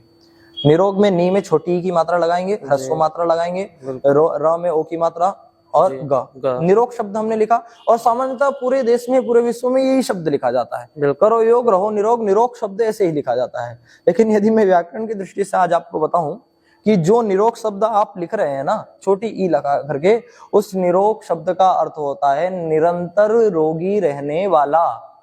समझिए शब्द को, निरोग शब्द का अर्थ हो रहा है निरंतर रोगी रहने वाला। अब इसको यदि शुद्ध करना है तो जो व्यक्ति व्याकरण पढ़ा होगा, अष्टाध्यायी पढ़ा होगा, वो ही व्यक्ति इस शब्द को शुद्ध जान पाएगा कि हमें निरोग न बोलना है, न लिखना है, निरोग बोलना है, निरोग लिखना है। अर्थात न में बड़ी ई की मात्रा, दीर्घ मात्रा हमें लगाना है। जब हम दीर्घ मात्रा लगाएंगे तब अर्थ निकलेगा कि निरोग, रोग से रहित रहो। यदि वो अर्थ ले ले हम कि करो योग और रहो निरंतर रोगी, तो अर्थ ही अनर्थ हो जाएगा। और यदि व्याकरण को पढ़ा हुआ, संस्कृत अष्टाध्यायी को पढ़ा हुआ व्यक्ति होगा तो वो तुरंत शब्दों को सुधारेगा और शुद्ध शब्दों को बोलेगा कि करो योग और रहो निरोग। तभी आप देखिए, अष्टाध्यायी पढ़ने का विशेष महत्व यही है कि हम भाषा को शुद्ध बोल सकते हैं, शुद्ध लिख सकते हैं। अच्छा, एक शब्द और आपने देखा होगा या प्रश्न सुना होगा, जगह जगह आप देखते हैं वेदों में कहीं पर भी पुत्री शब्द का प्रयोग नहीं आया, केवल पुत्र पुत्र बोला गया कि पुत्र ये, पुत्र वो, पुत्र के लिए ऐसा, पुत्र के लिए वैसे नियम। पुत्री शब्द का प्रयोग नहीं हुआ। तो यहाँ एक अष्टाध्यायी पढ़ा हुआ, नहीं पढ़ा हुआ व्यक्ति ये कह सकता है कि जी वेद तो स्त्रियों को कोई महत्व ही नहीं देता है जी, नारियों के लिए कोई शब्द नहीं है, पुत्रियों के लिए कोई शब्द ही नहीं है, ये तो पुत्र ही पुत्र, पुत्र ही पुत्र कहता है। लेकिन जो व्यक्ति अष्टाध्यायी पढ़ा होगा वो उसका प्रमाण दे सकता है और वो शब्द को जान सकता है कि अष्टाध्यायी का सूत्र कहता है भातृ पुत्रो स्वस्य दुहितृभ्याम, कि पुत्र जब बोला जाएगा तो दोनों का संबंध होगा, पुत्र भी आएगा और पुत्र भी आएगा, एक शेष से दोनों को लिया जाता है। तो उस जो एक शेष को यदि व्यक्ति समझेगा तो वो केवल और केवल अष्टाध्यायी से समझ सकता है। तो हमें अष्टाध्यायी पढ़ना इसीलिए आवश्यक होता है। और यदि सामान्य व्यवहार में हम देखें तो एक शब्द हम बोलते हैं जैसे कि दौड़ दौड़ दौड़, भाग भाग भाग, कर कर कर, ऐसे शब्दों को 2-3 बार हम बोलते हैं। तो यहाँ यदि मैं पूछ लूं कि जी आप क्यों बोल रहे हैं कि दौड़ दौड़ दौड़, कर कर कर, ऐसे 3-3 बार 2-2 बार क्यों बोल रहे हैं, तो यहाँ आप उत्तर नहीं दे पाएंगे। लेकिन जो गुरुकुल का पढ़ा हुआ व्यक्ति, अष्टाध्यायी पढ़ा हुआ व्यक्ति इस बात को सुनेगा या इस प्रश्न को समझेगा तो वो तुरंत उत्तर दे सकता है कि नित्य विपसयो सूत्र से द्वित्व होता है, जो नित्य क्रियाएं होती हैं, जो बार बार क्रियाएं हो रही हैं, जिसको निरंतर करना है हमें या अधिक करना है तो उसमें द्वित्व हम करेंगे। तो ये अष्टाध्यायी के सूत्र केवल सूत्र नहीं है, ये व्यवहार काल की पूरी भाषा को हमें समझाने का प्रयास करते हैं। तो व्याकरण का, संस्कृत ग्रामर का अर्थ यही होता है कि जो भाषा को परिष्कृत करे। तो अष्टाध्यायी का भी कार्य यही है कि अष्टाध्यायी में यही बातें लिखी हुई है कि हम किस प्रकार से अपने भाषा को शुद्ध कर सकते हैं। और स्टीफन, आपने वैज्ञानिक का नाम सुना होगा, स्टीफन ने अपने शब्दों में कहा कि अष्टाध्यायी मानव मनुष्य की अनुपम खोज है। विचार करिए, इतना बड़ा वैज्ञानिक कह रहा है कि अष्टाध्यायी मानव मनुष्य की अनुपम खोज है। तो वो ऐसे ही नहीं कह रहा है, वो अष्टाध्यायी को समझ रहा है कि कितना बड़ा ग्रंथ है, कितना बड़ा ये शास्त्र है कि जिसमें इतने अद्भुत तरीके से शास्त्रों को लिखा हुआ है, बातों को लिखा हुआ है। और अष्टाध्यायी पढ़ना हमारे लिए इसलिए भी विशेष हो जाता है कि कितने शास्त्र, हमारे जितने शास्त्र है सभी शास्त्र लगभग संस्कृत में लिखे हुए हैं जी। प्रत्येक शास्त्र संस्कृत में लिखे हुए हैं। तो अब इनको यदि हमें जानना है, इनकी सही भाषा को या इनको समझना है, तो हमें व्याकरण शास्त्र को पढ़ना होगा। और व्याकरण शास्त्र हमें कहाँ से मिलेगा? अष्टाध्यायी से मिलेगा। तो गुरुकुलों में जो अष्टाध्यायी पढ़ाई जा रही है वो इसीलिए पढ़ाई जा रही है कि व्यक्ति अपने समाज के जो शब्द है उनको परिष्कृत करके बोल सके और सही शास्त्रों को समझ सके। और देखिए, व्याकरण को लिखने वाले महर्षि पाणिनि जी कितने अद्भुत विद्वान हुए। आज दुनिया के सब वैज्ञानिक लोग इसलिए पाणिनि जी को नतमस्तक करते हैं कि वो कहते हैं कि इतना बड़ा अच्छी बुद्धि वाला व्यक्ति कि जिसकी बुद्धि के समान, जिसके अष्टाध्यायी ग्रंथ के समान आज तक हम कंप्यूटर नहीं बना सके, इतनी उत्तम बुद्धि उस व्यक्ति की थी, तो कितना उत्तम वो शास्त्र रहा होगा। तो अष्टाध्यायी बहुत उत्तम शास्त्र है, उसको पढ़ना चाहिए और हमारे समाज के लिए बहुत लाभकारी शास्त्र है। आचार्य जी, एक प्रश्न और मन में आता है जी। थोड़ी वो इच्छा हुई कि समाज में इतनी जनसंख्या बढ़ रही है, जबकि मैं सुनने में आता है कि आत्मा ना मरती है ना जन्म लेती है। हाँ। इसको कैसे करके समझे? अच्छा, हमारे शास्त्रों में लिखा हुआ है कि जन्मादि व्यवस्थातः पुरुष बहत्वम, कि जन्मादि व्यवस्थाओं से पुरुषों की संख्या अर्थात आत्माओं की संख्या बहुत है जी, असंख्य है। ईश्वर ही केवल उनकी संख्याओं को जानता है। हमें क्या लगता है कि जी इतने ही मनुष्य है, इतने ही पशु पक्षी है, इतने ही ये हैं, तो फिर जब आत्माएं घटती नहीं है, आत्माएं मरती नहीं है, ना जन्म लेती हैं, तो फिर इतनी सारी संख्याएं कैसे बढ़ रही है? जनसंख्या निरंतर बढ़ रही है। कहाँ हम 100 करोड़ थे, 800 करोड़ पर आ गए, 850 करोड़ पर आ रहे और रोज बढ़ते जा रहे हैं। तो ये जनसंख्या बढ़ने का कारण क्या है? ये आत्माएं कहाँ से आ रही है? ये प्रश्न आपका है कि आत्माएं कहाँ से आ रही है। देखिए, हमारे कुछ विद्वान लोग कहते हैं कि जैसे ये पृथ्वी है जी, ऐसे अनेकों पृथ्वियां हैं, तो वहां की आत्माएं भी यहाँ आ सकती है। एक प्रश्न का उत्तर तो हम ये ले सकते हैं। दूसरा उत्तर मैं देना चाहूंगा कि इस समय आप देखो ना, तो अंकित जी आपका जो ये पेट है 2x2 का पेट है, इस पेट में ही केवल 22,000 करोड़ बैक्टीरिया है। कितने? 22,000 करोड़ बैक्टीरिया है। अब आप विचार करिए, आपके एक पेट में 22,000 करोड़ बैक्टीरिया है जी। और नहीं, मैंने गलत बोल दिया, कोई नहीं। हमारे पेट में ये 2x2 पेट जो हमारा है, जी जी जी, इसमें 22 अरब बैक्टीरिया है, 22 अरब कीटाणु हैं जिनके द्वारा हमारा भोजन आदि पचता है। तो विचार करो, एक मनुष्य के पेट में, पूरे शरीर में तो बहुत सारे माने जाते हैं, लगभग 40 लाख करोड़ माने जाते हैं बैक्टीरिया, लेकिन केवल पेट की मैं बात कर रहा हूँ। पेट में 22 अरब बैक्टीरिया हैं और एक व्यक्ति के पेट में इतने हैं, तो पूरी दुनिया में लगभग 800 से 850 करोड़ लोग माने जाते हैं। अब आप गुणा लगाइए कितने लोग होंगे कि एक व्यक्ति के पेट में 22 अरब बैक्टीरिया और 8 अरब लोगों के उसमें गुणा लगाएं तो कितने लोग, कितने बैक्टीरिया हो सकते हैं। और बैक्टीरिया में आत्मा होती है, उन कीटाणुओं में आत्मा होती है। तो वो जो आत्माएं हैं जो ऐसे भोग रही है, ऐसे योनियों में हैं जो बैक्टीरिया कीटाणु बन करके अपना यापन कर रही हैं, तो उनका जब भोग पूरा होता है तो कहीं ना कहीं वो आएंगी। और ये आत्माएं और कहीं से नहीं आ रही है, घट बढ़ नहीं रही है, ये वही है जो कीटाणुओं में है, जो अपना अपना भोग अलग अलग स्थानों पर भोग रही है, वो जन्म लेते चली जा रही है। तो इसका सीधा सा उत्तर ये है कि आत्माएं असंख्य हैं, इनको हम नहीं जान सकते। और शास्त्र का वो पंक्ति जन्मादि व्यवस्थातः पुरुष बहत्वम, कि पुरुषों की संख्या अनेक है, तो आत्माएं आना स्वाभाविक है। आचार्य जी, हमने अभी मंदिरों में वीआईपी कल्चर की बात की थी, वहां पर एक प्रश्न आया दिमाग में कि मंदिरों में दान देना चाहिए क्या, और देना चाहिए तो किस जगह, कैसे? अच्छा जी, पहले तो ये समझिए कि मंदिर किसे कहा जाता है।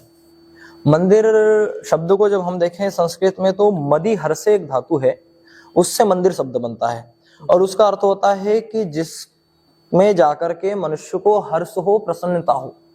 तो मंदिर का काम क्या हुआ? प्रसन्नता पैदा करना, हर्ष प्रदान करना।